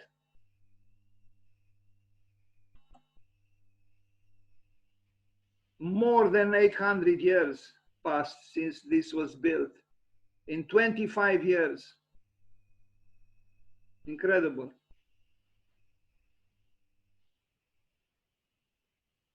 It is a glorious building, even if you don't like the Gothic, which is hard not to. What Alina said is correct, but you know, the town almost doesn't deserve such a cathedral. If I am to talk unacceptably, you know, is well, now they have some blocks of flats and it's not so small, but still the cathedral is from a different world, and the cathedral benefits actually from this, because you have the banality almost of the buildings around. So then really the cathedral is a glorification of the divine, is the culmination of a town, is yes, the people around the cathedral are as they are, like all of us, but then the cathedral is, but this happens in many, I mean, medieval towns, maybe not so explicitly as here because it's on a hill. I mean, even in Sibiu, in my hometown, the cathedral, you know, the evangelical church is still the dominant force, vertical force in the center of the town. But to coordinate so many details, so many fragments, to bring them together, it is astonishing. It's very possible someone spent his whole life just to create maybe one square like this, if not a smaller one. The coordination is amazing. And you see, each one is different because it tells a different story from the sacred book. The structure also is magnificent. So you have the detail, you have the ornament, but you also have the power of the structure, which is not, this is not a facile building, is not, there are no superficial architectural gestures here. And you can tell, just looking at it, that the arches, the stone there is helping the building to stand up. And at the same time is glorious aesthetically.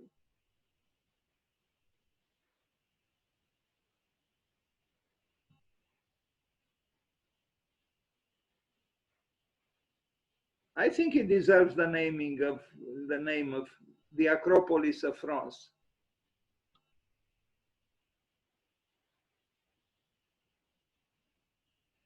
Talking about the Acropolis, I visited Athens 2 or 3 years ago, and I have to tell you, the Parthenon didn't move me so much. There was another temple a little bit aside that moved me much more, and unfortunately I forgot its name, and it was also darkened by time. I don't like temples and cathedrals that are cleaned up. No, I want to see the patina of time, and that temple I like more than the Parthenon. And going back to Paestum, Louis Kahn said that the temple, Hera's temple in Paestum, was more important for him than the Parthenon. And I understand why. In fact, he explained why, because of those pre-Doric columns that preceded the Doric order, and there was a tellurical force in those columns that the Parthenon didn't have any longer. But that's maybe because Khan was kind of a fundamentalist.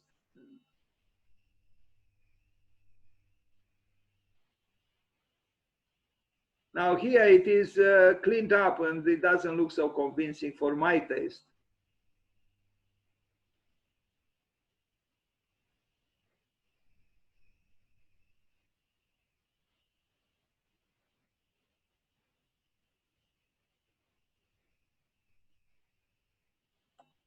Sorry.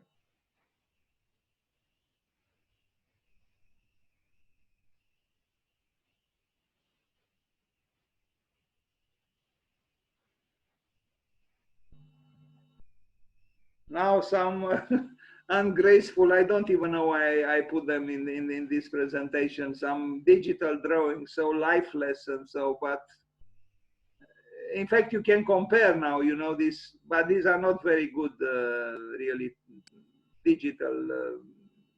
This is from a game. It's called Minecraft. Oh, okay, it's good that you said it, because yeah, it does look like everything in that game is made out of cubes. Okay, so that explains it all. Thank you.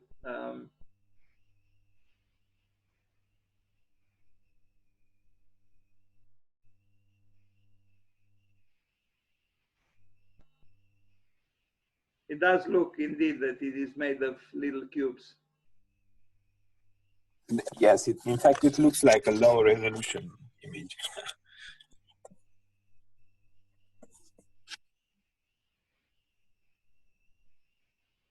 But we are back to the reality of the building, and you know, you just cannot compare one with the other. But I guess the other one has its role too in life. I don't know.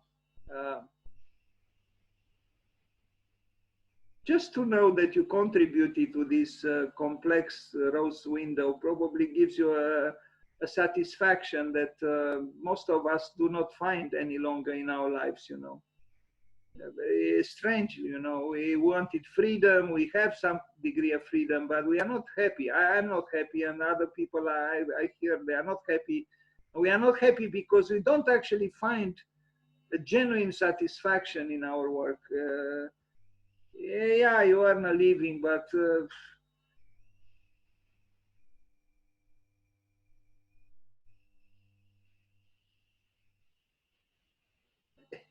it truly, it is amazing, this window, you know. I mean, look at that circle, you know. How did they do it, you know? And it's in stone, and it's,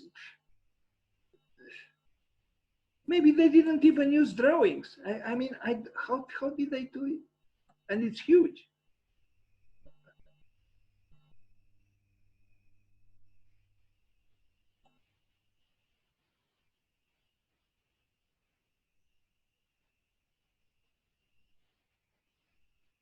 It would have looked better without those chairs. But I look at the sculptures also that adorn the Chartres Cathedral are very important. Especially, I like the most these very elongated beings that are the oldest.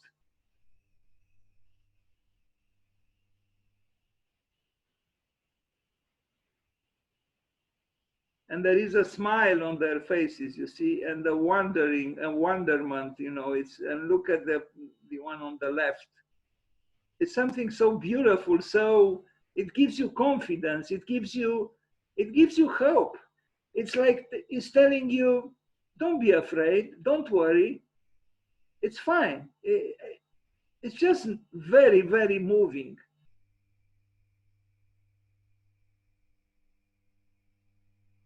They are beautiful. There is any connection between Gothic architecture and fractals? And fractals? Yes. Well, yeah, you could see it, of course, but I don't think they, you know, they. Of course, they did not intend it. This because right. Yes, you could. Of course, you could. I mean, when I saw this image and I saw the little people up there and the bigger ones down there and small little pieces of what it looks to me Romanic churches, it looked like somehow they are. It's a fractalic architecture somehow.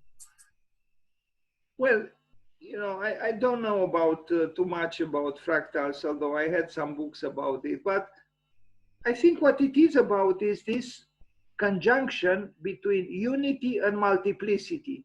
It's just like in anything alive and natural and organic, a tree, for example, you have the trunk, you have the branches, you have the leaves, you have the roots, you have the flowers in the spring. It's like everything contributes to the whole of the tree, and without losing its identity.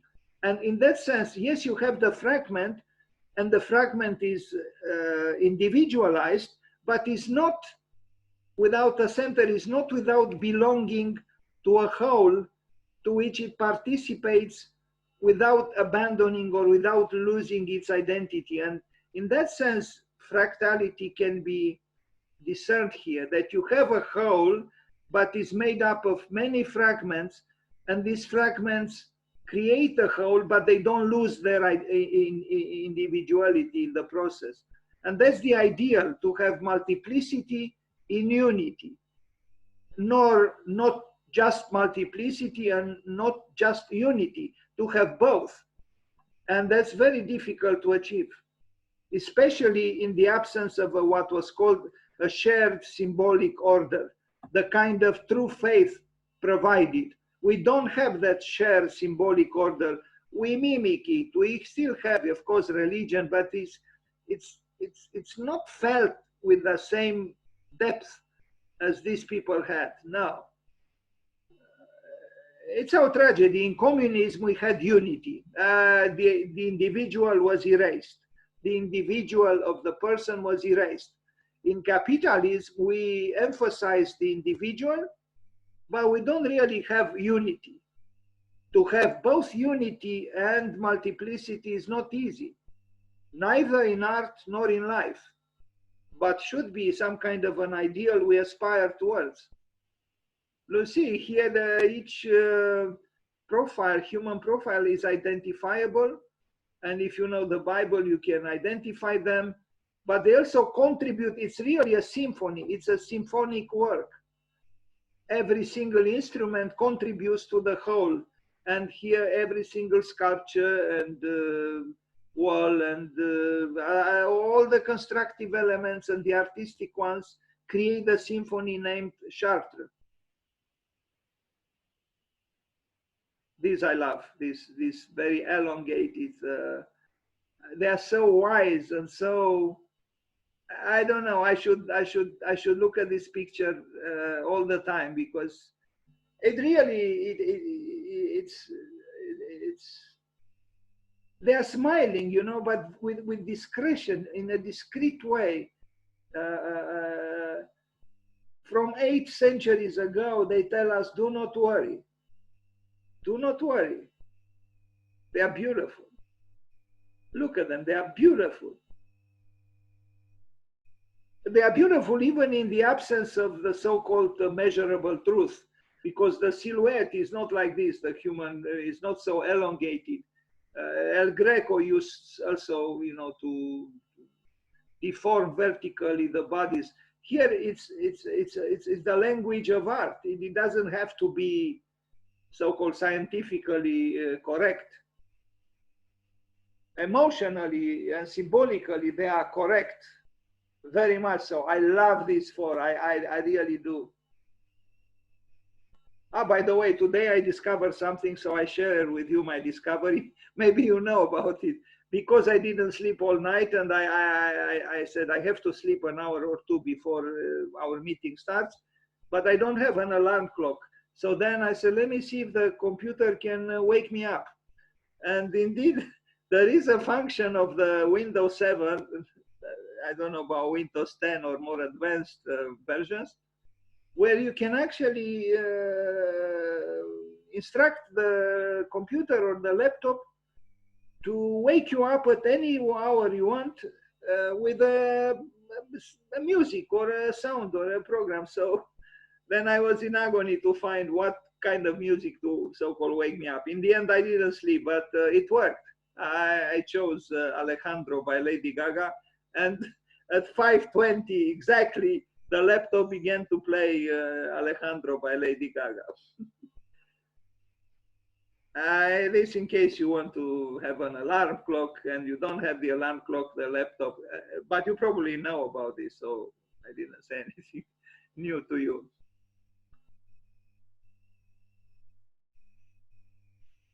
Look, even mythological animals, you know, they are all there, and they are not in our lives. We impoverished our lives incredibly. And look, le bon Dieu, the good God, le bon Dieu, magnificent. It's not aggressive. He's ruling the world, but without aggressivity. It's le bon Dieu, the good, bunul Dumnezeu, the good God. And everyone has, this is le Dieu, God. And everyone has his or her part in this, how to call it, you know, this human symphonic work, in this tapestry of human life, in this constellation. And this is, you know what, this is something that Rodin wrote about. It's actually a solar clock, which is almost scandalous when you think about you know, a cathedral. And the angel that holds it, well, right now the original sculpture is I think inside, and they replaced it with a replica outside, so it would be saved, you know, protected. And Rodin has beautiful words about this. In fact, from 100 years ago, he told us, go and see the smiling angel with a solar clock until it is still there. Even these animals, you know, they are, you couldn't say it's a beautiful animal. It's a little monster that is, it's itself kind of, you know, crushed by the difficulties of life, and it knew suffering just as we know suffering, but it's together with us somehow. And I remember yesterday when Alexandra showed us the you know, the images with Ahmedabad, the dogs were they were laying on the you know, in front of the houses, on the road. The motorcycles were about, they felt at home there. And I read somewhere that where a dog feels at home, that's where actually the home is. The dogs feel.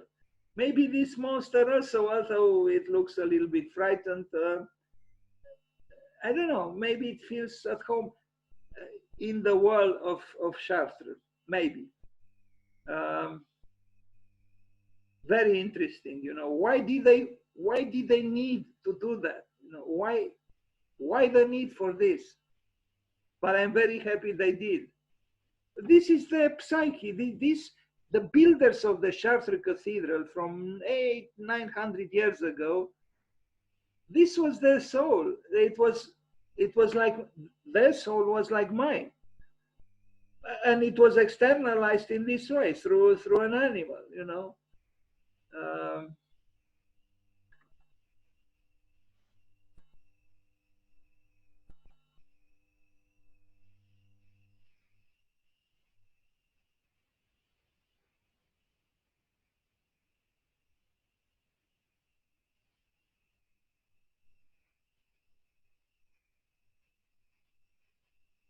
Now, this is the book I told you about, Le Cathedral de France, of this great sculptor, who was not only a great sculptor, but he wrote magnificently about the cathedrals. And very significantly, he doesn't say a word about Notre Dame in Paris. And he lived in Paris. And I think I understand why. Because Notre Dame was destroyed by refurbishments and by tourists, and it became, well, maybe if it would have been left by itself and alone, it would have found the place in the book. For example, a few quotations from the book. C'est une curiosité ardente. It is ardent, an intense curiosity, a burning curiosity. He was talking about the builders of the cathedrals in France in the Middle Ages, that they had this intense curiosity, which was a curiosity towards the mystery of life, towards each other. It was this common quest for some kind of meaning, because they also wonder just as we wonder, but somehow we don't have ardor any longer. We don't have an ardent, arduous, I don't know what is the correct word. We lack spirit. We lack that passion that makes spiritual enterprises truly meaningful. I'm not going to read to you through here. I don't even know why I put, because the rhyme, si, at the top, les cathédrales imposent le sentiment de la confiance, de l'assurance de la paix. Comment? Par l'harmonie. The cathedrals impose the feeling of confidence, of assurance, of peace. How? Through harmony. And I told you at the very beginning, I felt this harmony. I couldn't explain it very well, but I felt it. And below, la cathédrale est construite à l'exemple des corps vivants. It is built using the example of the living bodies. Ces concordances, ces équilibres sont exactement dans l'ordre de la nature, procède des lois générales. The builders, the great builders who built these wonderful monuments had all the science and knew how to apply it. Foi perdue, beauté oubliée. So 100 years ago, Rodin decried the loss of faith and forgotten beauty. Yes, foi perdue, lost faith and forgotten beauty. You see at the bottom, Chartres, notre cathédrale splendide entre toutes. N'est-ce pas l'acropole de la France? Is it not the Acropolis of France? Chartres est sage avec une passion intense, palais de la paix et de la silence. Chartres is wise with an intense passion, palace of peace and silence. This is the beautiful angel with a solar clock. J'ai toujours confondu l'art religieux et l'art. Quand la religion se perd, l'art est perdu aussi. Tous les chefs d'œuvre grecs, romains, les nôtres sont religieux. I always confounded art, religious art with art. When religion is lost, art is lost also. All the masterpieces of the Greek masterpieces, Roman or ours, talking about his own in France, are religious. In other words, and I believe in that, any great work, explicitly or implicitly, does have some connection with what we call, maybe, in approximate terms, spiritual or spiritual life or God or the divine or you name it. Lecteur, allez voir l'ange de Chartres. Il est encore là pour combien de jours? Readers, go and see the angel of Chartres. It is still there. He was talking about the angel that holds the clock, the solar clock, this one. And this is the last image of my presentation on Chartres. Now, if you still have a little bit of time, I want to show you, it's 8:20, in like 20 minutes, I want to show you where we are today, because it's easy to get carried away by the beauty of the past without thinking too much about where we are. And that's why I would like to show you the exasperation of the present, because the fact that young architects conceive something like what I'm showing to you now should make us think. I called it a tormented and tormenting cathedral. And I show you the diploma works of a very interesting architecture school in Vienna, IOA, Institute of Architecture, which is part of the Angewandte, the University of Applied Arts. And they had actually 3 studios run by well-known architects. For almost 20 years, one studio was led by Wolf Prix, another one by Zaha Hadid. Then Zaha died, and then Kazuyo Sejima replaced her. So they have 3 studios. But the works that you will see now were done by architects already from all parts of the world who entered the postgraduate program named Excessive, Urban Strategies, Excessive. And the leader of this program is now the director, the one who leads SciArc in Los Angeles, Hernan Diaz Alonso. And they studied 3 semesters. For 1 semester and a half, they studied Maya. And for the other 1 semester and a half, they did their thesis, their diploma. And in the first year, this school does not exist any longer. I mean, this program, Excessive, it lasted for only 5, 6, 7 years. And the studios were small, with like this one had maybe 8 students who were already architects, as I said. And the first project they did was to imagine another cathedral in the very place where right now is St. Stephen Cathedral in Vienna. And you'll see some proposals. Jose Carlos, who I think works now for Kop Himmelblau in Vienna, but he's Spanish. Look what they did. Now, we cannot do something like this in this country. No one in Romania can do this kind of project because we don't know the language, the digital language at this level. But they did it because they studied very carefully a program that we don't work with, but they did. What is it here that we see? It's not really a cathedral. It's more like the turmoil of our own soul.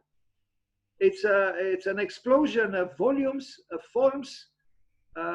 It's an agitating building, a possible agitating building, so much different from everything around it, and so much different from the building that preceded it, meaning the existing St. Stephen Cathedral.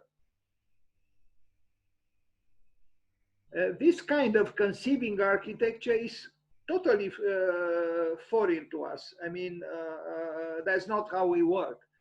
But again, here we are dealing not with some dreamers in the attic of a building, but very educated architects who, in a postgraduate program, did something like this. And they did using, I mean, look at the sections and the plans. You can still see the floor plan of the older cathedral, and then the interventions that he made within the confines of the old plan, you know, the footprint of the existing cathedral. It is a distraction. It is a Gothic spirit that turns against itself and bites its tail, so to speak. It is deconstructing religion in order to give birth, perhaps, and hopefully, to a new faith. Maybe that very faith Walter Gropius talked about. Of course, the renderings are astonishing, and you cannot do this manually. It's impossible.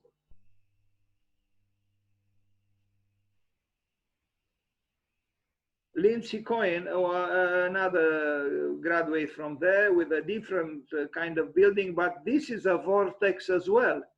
There are agitating forces here. There is fluidity, there is voracity, there is ferocity, there is, it's almost as if the human being is mad at himself or herself because the God is missing.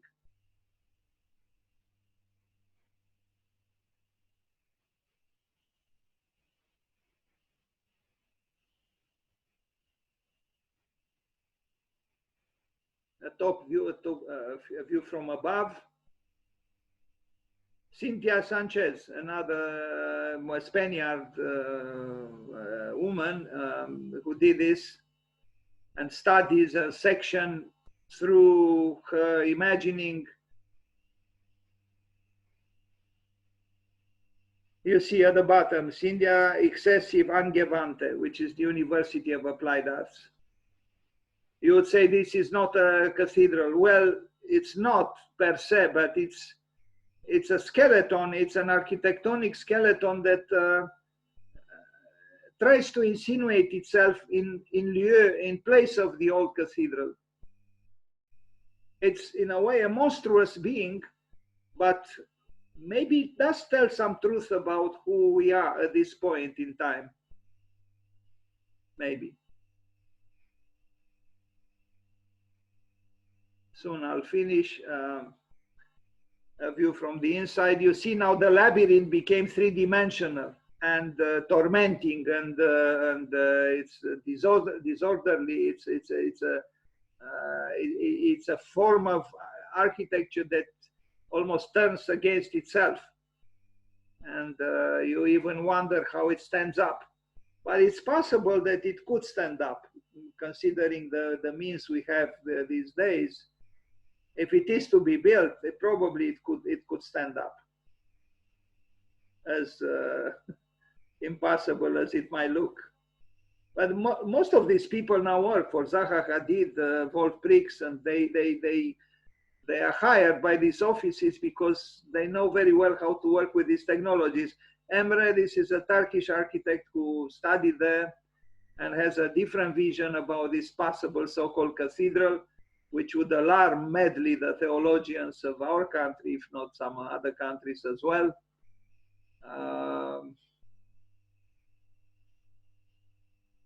Yes, religion lost its center, which means faith, and then you try to function in the absence of that shared symbolic order that I mentioned before. So it is in a way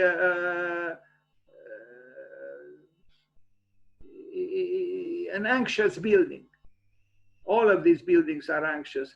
That's why when I organized an exhibition in Vienna with some of these people, with the works of these people, I called it Angst Baroque, because it is some kind of an anxiety-driven Baroque. It's not really Gothic. Then another one, I'll end soon. But so they all worked with Maya, and this is shown.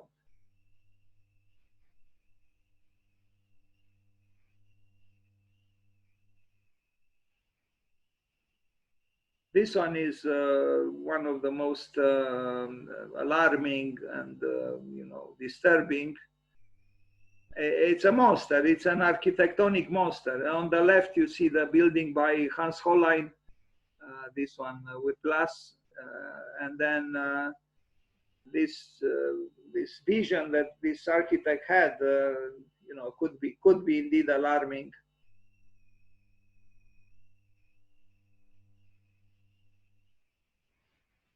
It's so very opposite to, I mean, it's so very different from Saint Denis and Chartres. It's a cry for help in a way. It's a scream, yes, like in Edvard Munch's woodcut and painting. It's a scream. In the absence of God, that's what you get. But we cannot lie to ourselves. That's why to build placidly, so-called for God, is not to truly tell the truth. And this one is the last project. This one, Jensen Liu, he changes his name all the time. This is one page of his project. And he actually starts from the Gothic structure of the existing building, and he begins to deform it and distort it. And the result is in the lower left corner. You see studies where he begins, like on the left, you see the ceiling and the column, Gothic, and then he torments them and begins to twist them. And so he gets more and more agitated forms.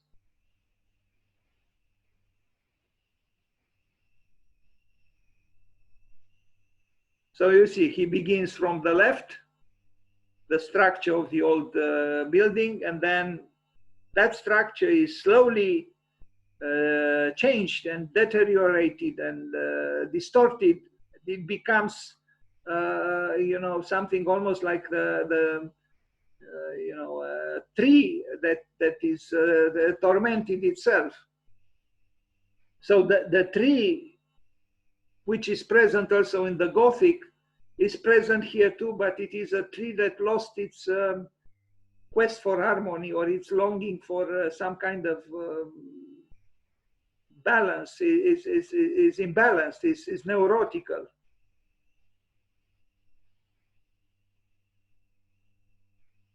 This is the view from the top of the building, and this is the view from the side. How very different from Chartres, but I don't think we should be indifferent to the fact that young architects today conceive something like this. There must be something that animated them in this period.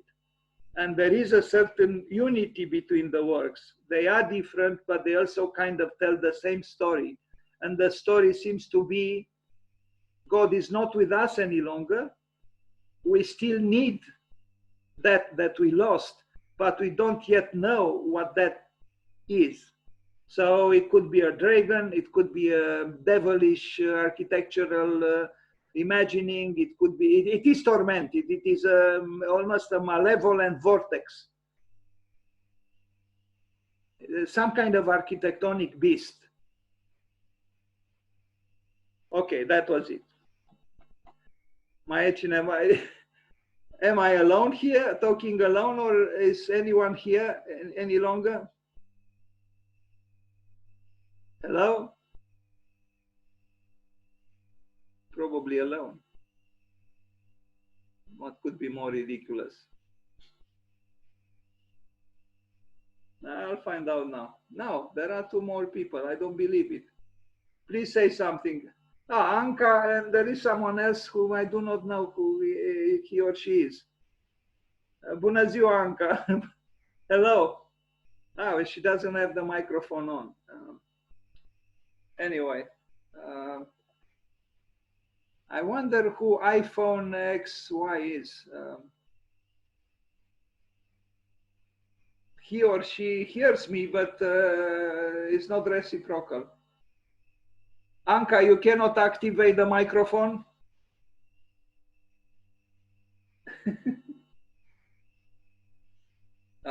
Very frustrating. What can I do?